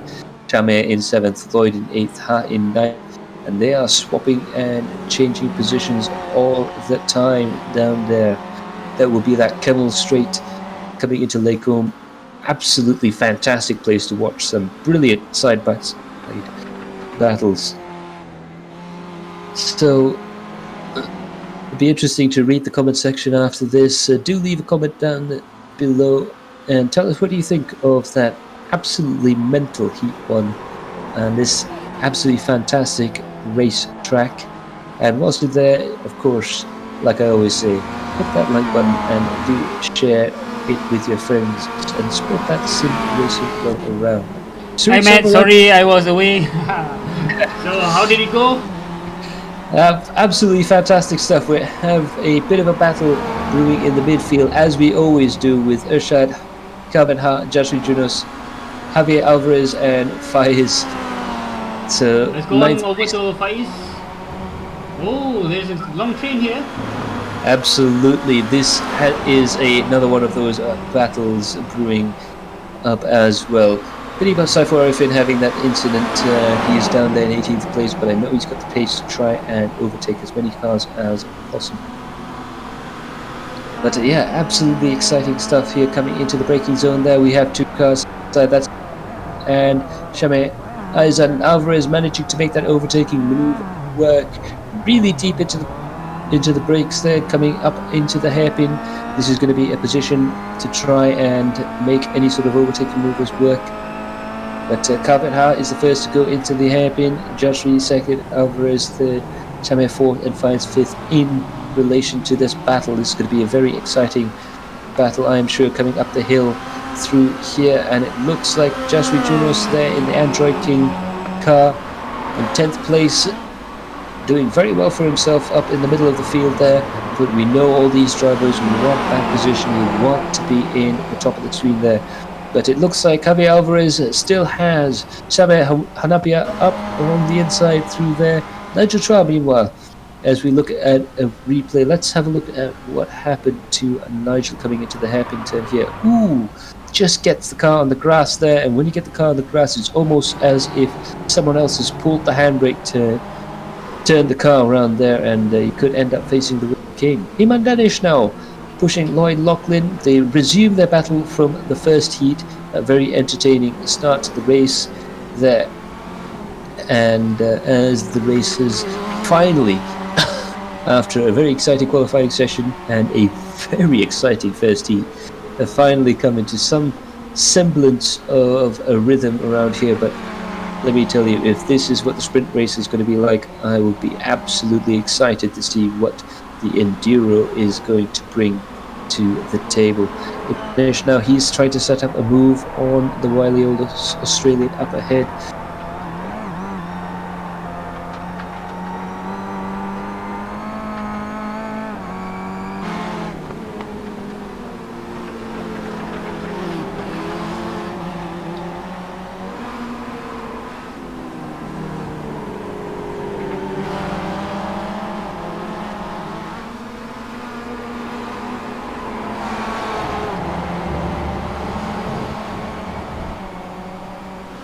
I think we lost Matt there. So we're seeing Shamir battling with Jasri. And up above we have Alvarez. And they're back. Aha! Abracadabra. Yeah. Let's see what happened to Iman. So Iman Danish was battling with Lloyd Lachlan before I got disconnected there. And it looks like Iman Danish coming into the bus stop chicane. And ooh! Lloyd Lachlan Rear-ended the car up ahead there. There is a phrase we use in Malay that a lot of the sim racers use, and that is sondol. And that is literally Lloyd Lachlan sondling the car up ahead there. I believe that was Shukran, in fact. And looks like Shukran didn't actually come across too badly from that. And Surin has now moved himself up to third position, but that third place might be under a lot of threat coming down the Camel straight, a very long straight section coming into Lake Combe.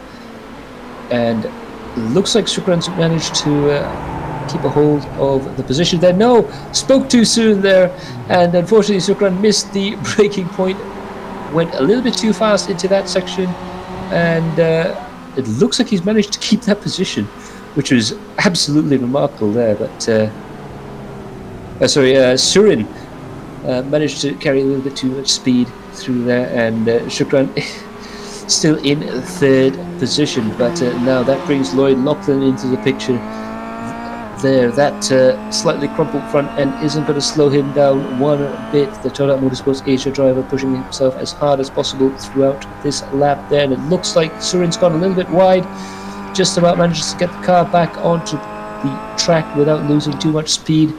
And that looks to be almost a spin from the man up ahead, Surin Selvaraju, a new driver to the Hermanos Veloces team, and definitely join the asset to the team for sure. Joining Javier Alvarez and Kevin T going through this section here, building up speed as you unwind the steering lock, pushing the car as hard as it'll go.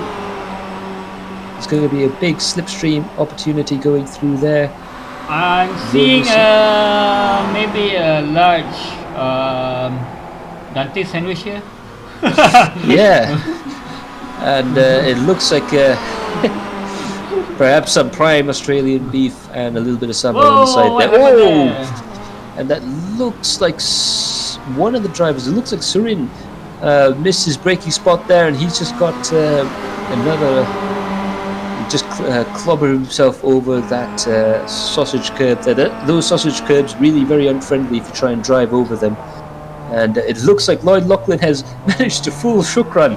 Shukran really diving deep and outbraking himself there. That's given the position to Lloyd Lachlan.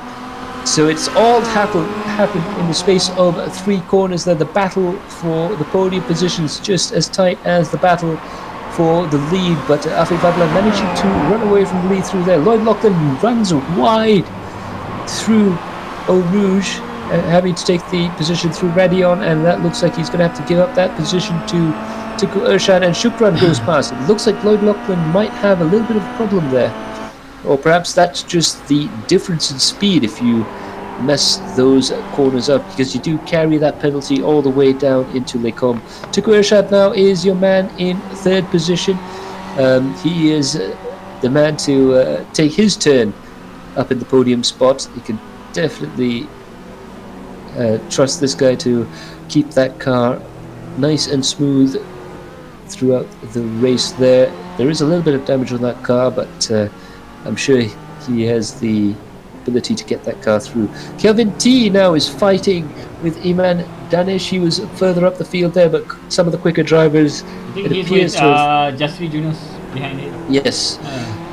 And yeah, some of the quicker drivers managed to get past him, and he himself is still pushing very hard indeed, and managed to make a move on Jasri Junos. A very exciting place to make a maneuver there. You don't tend to see a lot of overtaking maneuvers done through this section of the track, but as you can see, these Kia Optimas, anything is possible. But Jasri Junos is no slow driver himself. He'll be wanting to try and get back up on par with Kelvin T. Calvin Ha, meanwhile, the namesake in the FR 778 Autosports car, he was had a fantastic start coming up to 6th position. But now Lloyd Lachlan is going side by side with that man up ahead, Shukran. He's going to get himself back into that Dante's Motorsport sandwich. Oh, he's gone a little bit wide on the curbs there. Those curbs do tend to pull you offline a little bit there, but Lloyd Lachlan manages to get himself back up into 4th position. But Shukran going in for the kill, coming in through the bus stop chicane there. He just backs out of it at the last moment to make sure there's no problems through the bus stop. And now Lloyd Lachlan can breathe for just a second coming into La Source, but you can't breathe for too long because Mohamed Shukran, very, very wily and a very aggressive driver. He's going to push as hard as he can in order to try and get himself up into that podium position. They're all looking to try and fight for, in this case, right now, 4th place.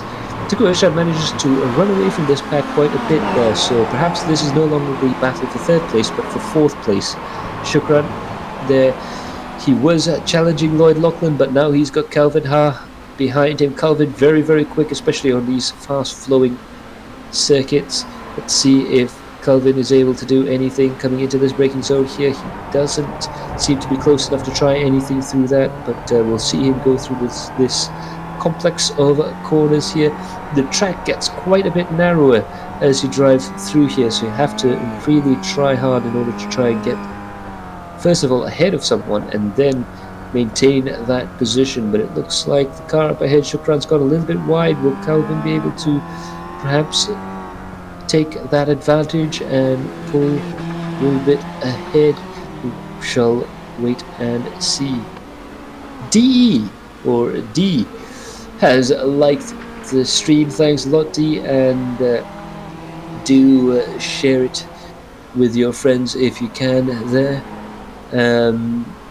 We've seen some plenty of names of from all around the world watching the stream here, and I suspect there's going to be a lot of people pointing to this race for just sheer entertainment value alone. The first heat was absolutely incredible. These guys battling very, very hard indeed, even though it was just a heat race, not a feature, but that was spectacular stuff indeed.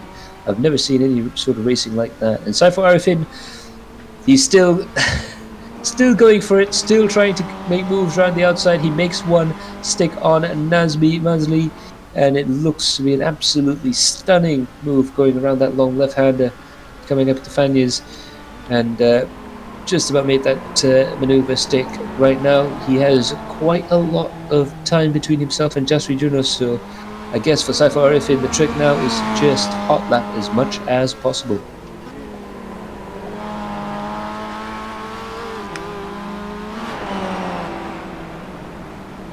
Meanwhile, Jasri Junos still trying to push hard and trying to catch Kelvin T right now at the moment. There's 6/10 between the two of them, but it could get very, very close indeed. The end of this next section, diving hard on the brakes coming into this hairpin. It's really important to just make the apex at La Source, so you don't have to worry too much about the entry going into that section. You have to slow down quite a bit anyways, but the exit is very, very important indeed, because that will set up this the ability to battle with the car up ahead throughout this section. Calvin Ha now is in the thick of things. He's got Javier Alvarez, who's got Shukran up ahead. So Calvin Ha, Javier Alvarez and Momo Shukran have met each other, and it looks like Shukran's gone wide there, and that means Javier has managed to make that overtaking maneuver stick around the outside. And will Calvin Ha follow him through? No, he isn't, just isn't quite able to make that maneuver work there, and I'm almost at a loss for words for that particular maneuver there. Javier Alvarez definitely showing some real skill in that overtaking maneuver there to get himself up into 5th position. Absolutely stunning driving from that, and that particular bit of battling has put Shukran into the jaws of this particular truly train developing behind him. He's got Calvin Ha behind him, Faiz behind him, Iman Danish there, and it looks like they've just gone a little bit out wide through there, and then up ahead of Surin Selvaraju. That's Iman Danish going around side by side with Faiz Aslan there, and Iman Danish managed to make it work around the outside through the first part of that pith path chicane, and Faiz Aslan having to really drive hard to try and just even keep up with this group of drivers. They're pushing very hard indeed, and will Iman Danish be able to make any more positions work up ahead? And will Calvin Ha managed to get himself up into the lead of this group? It's going to be very exciting coming down into Blanchimont and onto the bus stop chicane. Very exciting stuff indeed for the race. Through the corner here, very close to the 778 machine. Will we see an overtaking maneuver from Iman Danish? He tries to go around the outside. He does manage to get into the brakes very hard indeed, and now the switch back. He tries to go around the inside, but Calvin Ha has a bit of a moment there, and Iman Danish collects him, and Surin manages to end up in the back of Iman Danish. They have to give each other the position back. It's a nice bit of sportsmanship there from all three drivers to try and continue the race, but now they're back into positions and back into the battle right now, and it looks like Surin Selvaraju and Iman Danish are going to go side by side. Will this be a side by side overtaking attempt through Eau Rouge and Radion?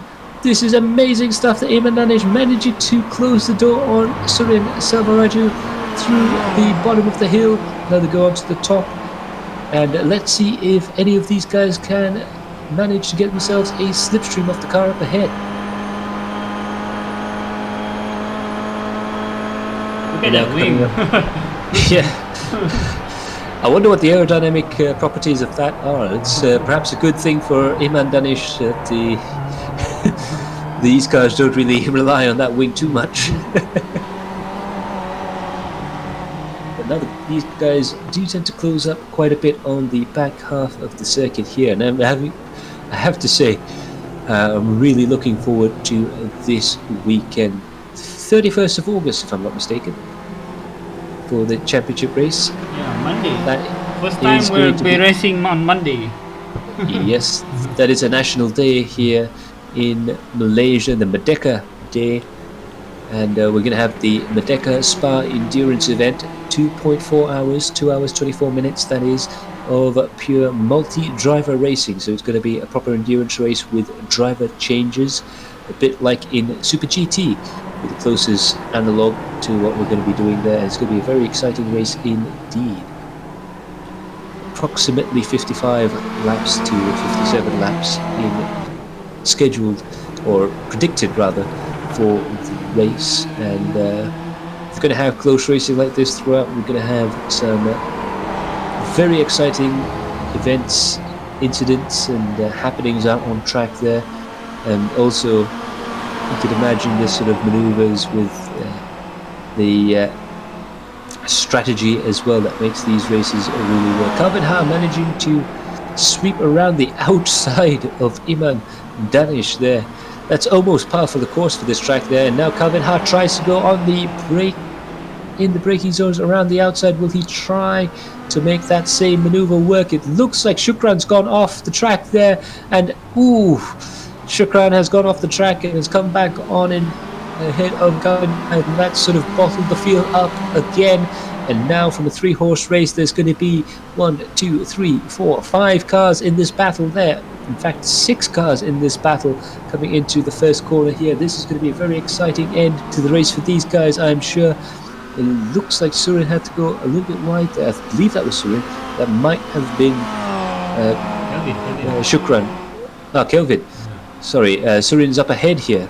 And Shukran is up behind there.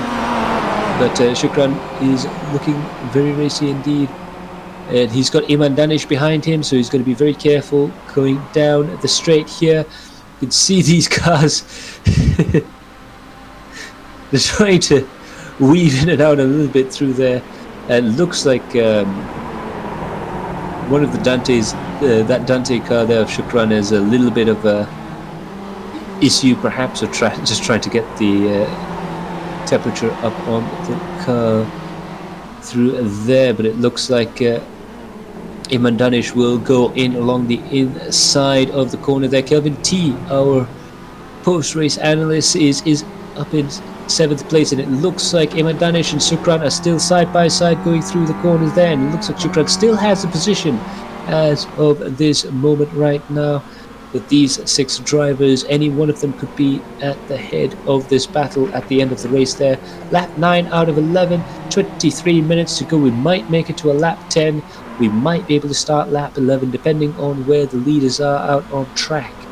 It looks like Afik Fadlan has still managed to keep himself well ahead in the lead right now.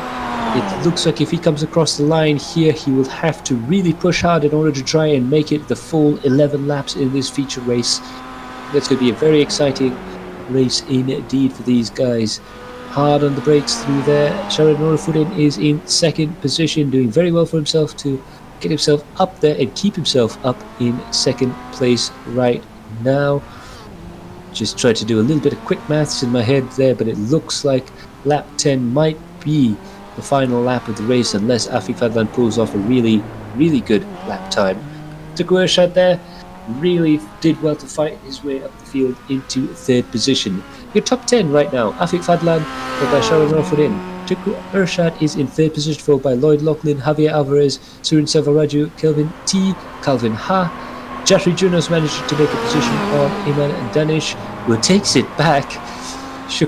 Shukran is in 11th, followed by Faiz, Saifu, Fairoz, Shame, Adrian and Nazmi. Michael Hafiz is in the pits. Paducah and Nigel are unfortunately out of the race. Kelvin T is now caught up with his teammate Surin Selvaraju. This, of course, being a practice race, you can be sure that these drivers won't be using any sort of team tactics or team orders. They will want to battle as hard as possible with each other.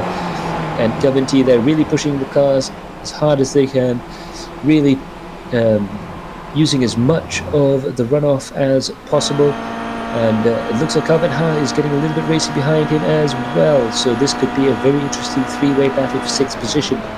But Calvin Ha being really deep in the brakes there, taking the inside line just in case. Kelvin T managing to make the corner work a-okay for himself though, but looks like he might be catching Surin Selvaraju very, very soon indeed. We're now past the 25-minute mark right now, and yeah, it looks like we're going to have a 10-lap feature race where on the final lap of the race, Afif Adlan is in first, followed by Sharon Norafuddin in second, Irshad in third, Lloyd in fourth, Alvarez in fifth place for the moment. And Javier Alvarez really can't relax too much there, and it looks like we have three Hermanos Veloces cars in a row there. That's Javier Alvarez, Surin Savaraju, and this man behind Surin right now, Kelvin Ha, in seventh place. So let's see if these drivers are going to get racy towards the end of this lap. Calvin Ha, who's behind this trio of Hermanos Veloces, these three speedy brothers up ahead. He'll want to try and ruin their photo finish and try and cross that line in ahead of at least one or two of the drivers there, but it looks like these three drivers are going to go side by side through the corner there. They're really going to set themselves up. Meanwhile, Afik Fadlan has taken the race win, followed by Sharil Norafuddin in second place. Sukul Arshad is in third place, followed by Lloyd Lachlan, who's now just coming around the outside there. And it looks like Surin Savaraju really battling up. He's really woken up at the final lap of this race there. Calvin Ha has managed to side his way up the field there. That was an amazing overtaking maneuver through the last few corners of the race there. And it looks like these two brothers are going to try and fight their way across the line. Surin Savaraju manages to make his way past, barges his way past Javier Alvarez, and he's sent into the stratosphere by Calvin Ha. All the cars are being spinning and sliding across the line. That was an absolutely amazing finish yet again from these drivers. Faiz Aslan must be wondering, what is he getting himself into by driving across the line through here? He comes across in 12th place. Shukran will cross the line just behind in 15th place. Sorry, 12th and 13th. I do apologize. Sami Aizan will come in 14th place, perhaps not quite able to make these overtaking maneuvers work. He'll be followed across the line by Fairuz and Fairuz Fadzil there across the line. Eddie Adrian will be the last man out on track to cross the line there. Exciting finishes for both the first and the second heat there. Jai Bluebird, bestnya Yusuf bin Kasim, tak boleh. Those were the comments for the race. I do agree with Jai Bluebird there.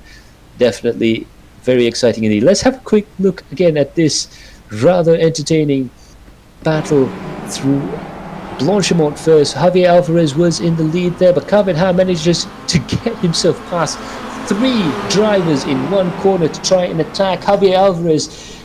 Calvin Ha comes across in the inside. He tries to make an overtaking maneuver. They barge, they hit. Meanwhile, these two drivers are still fighting up ahead. Calvin Ha manages to get through, but Javier Alvarez and Kelvin T, I believe, or Surin Savaraju manages to come across the line there. And meanwhile, Joshua Jonas just across the line there, trying to avoid a slowing Lloyd Lachlan.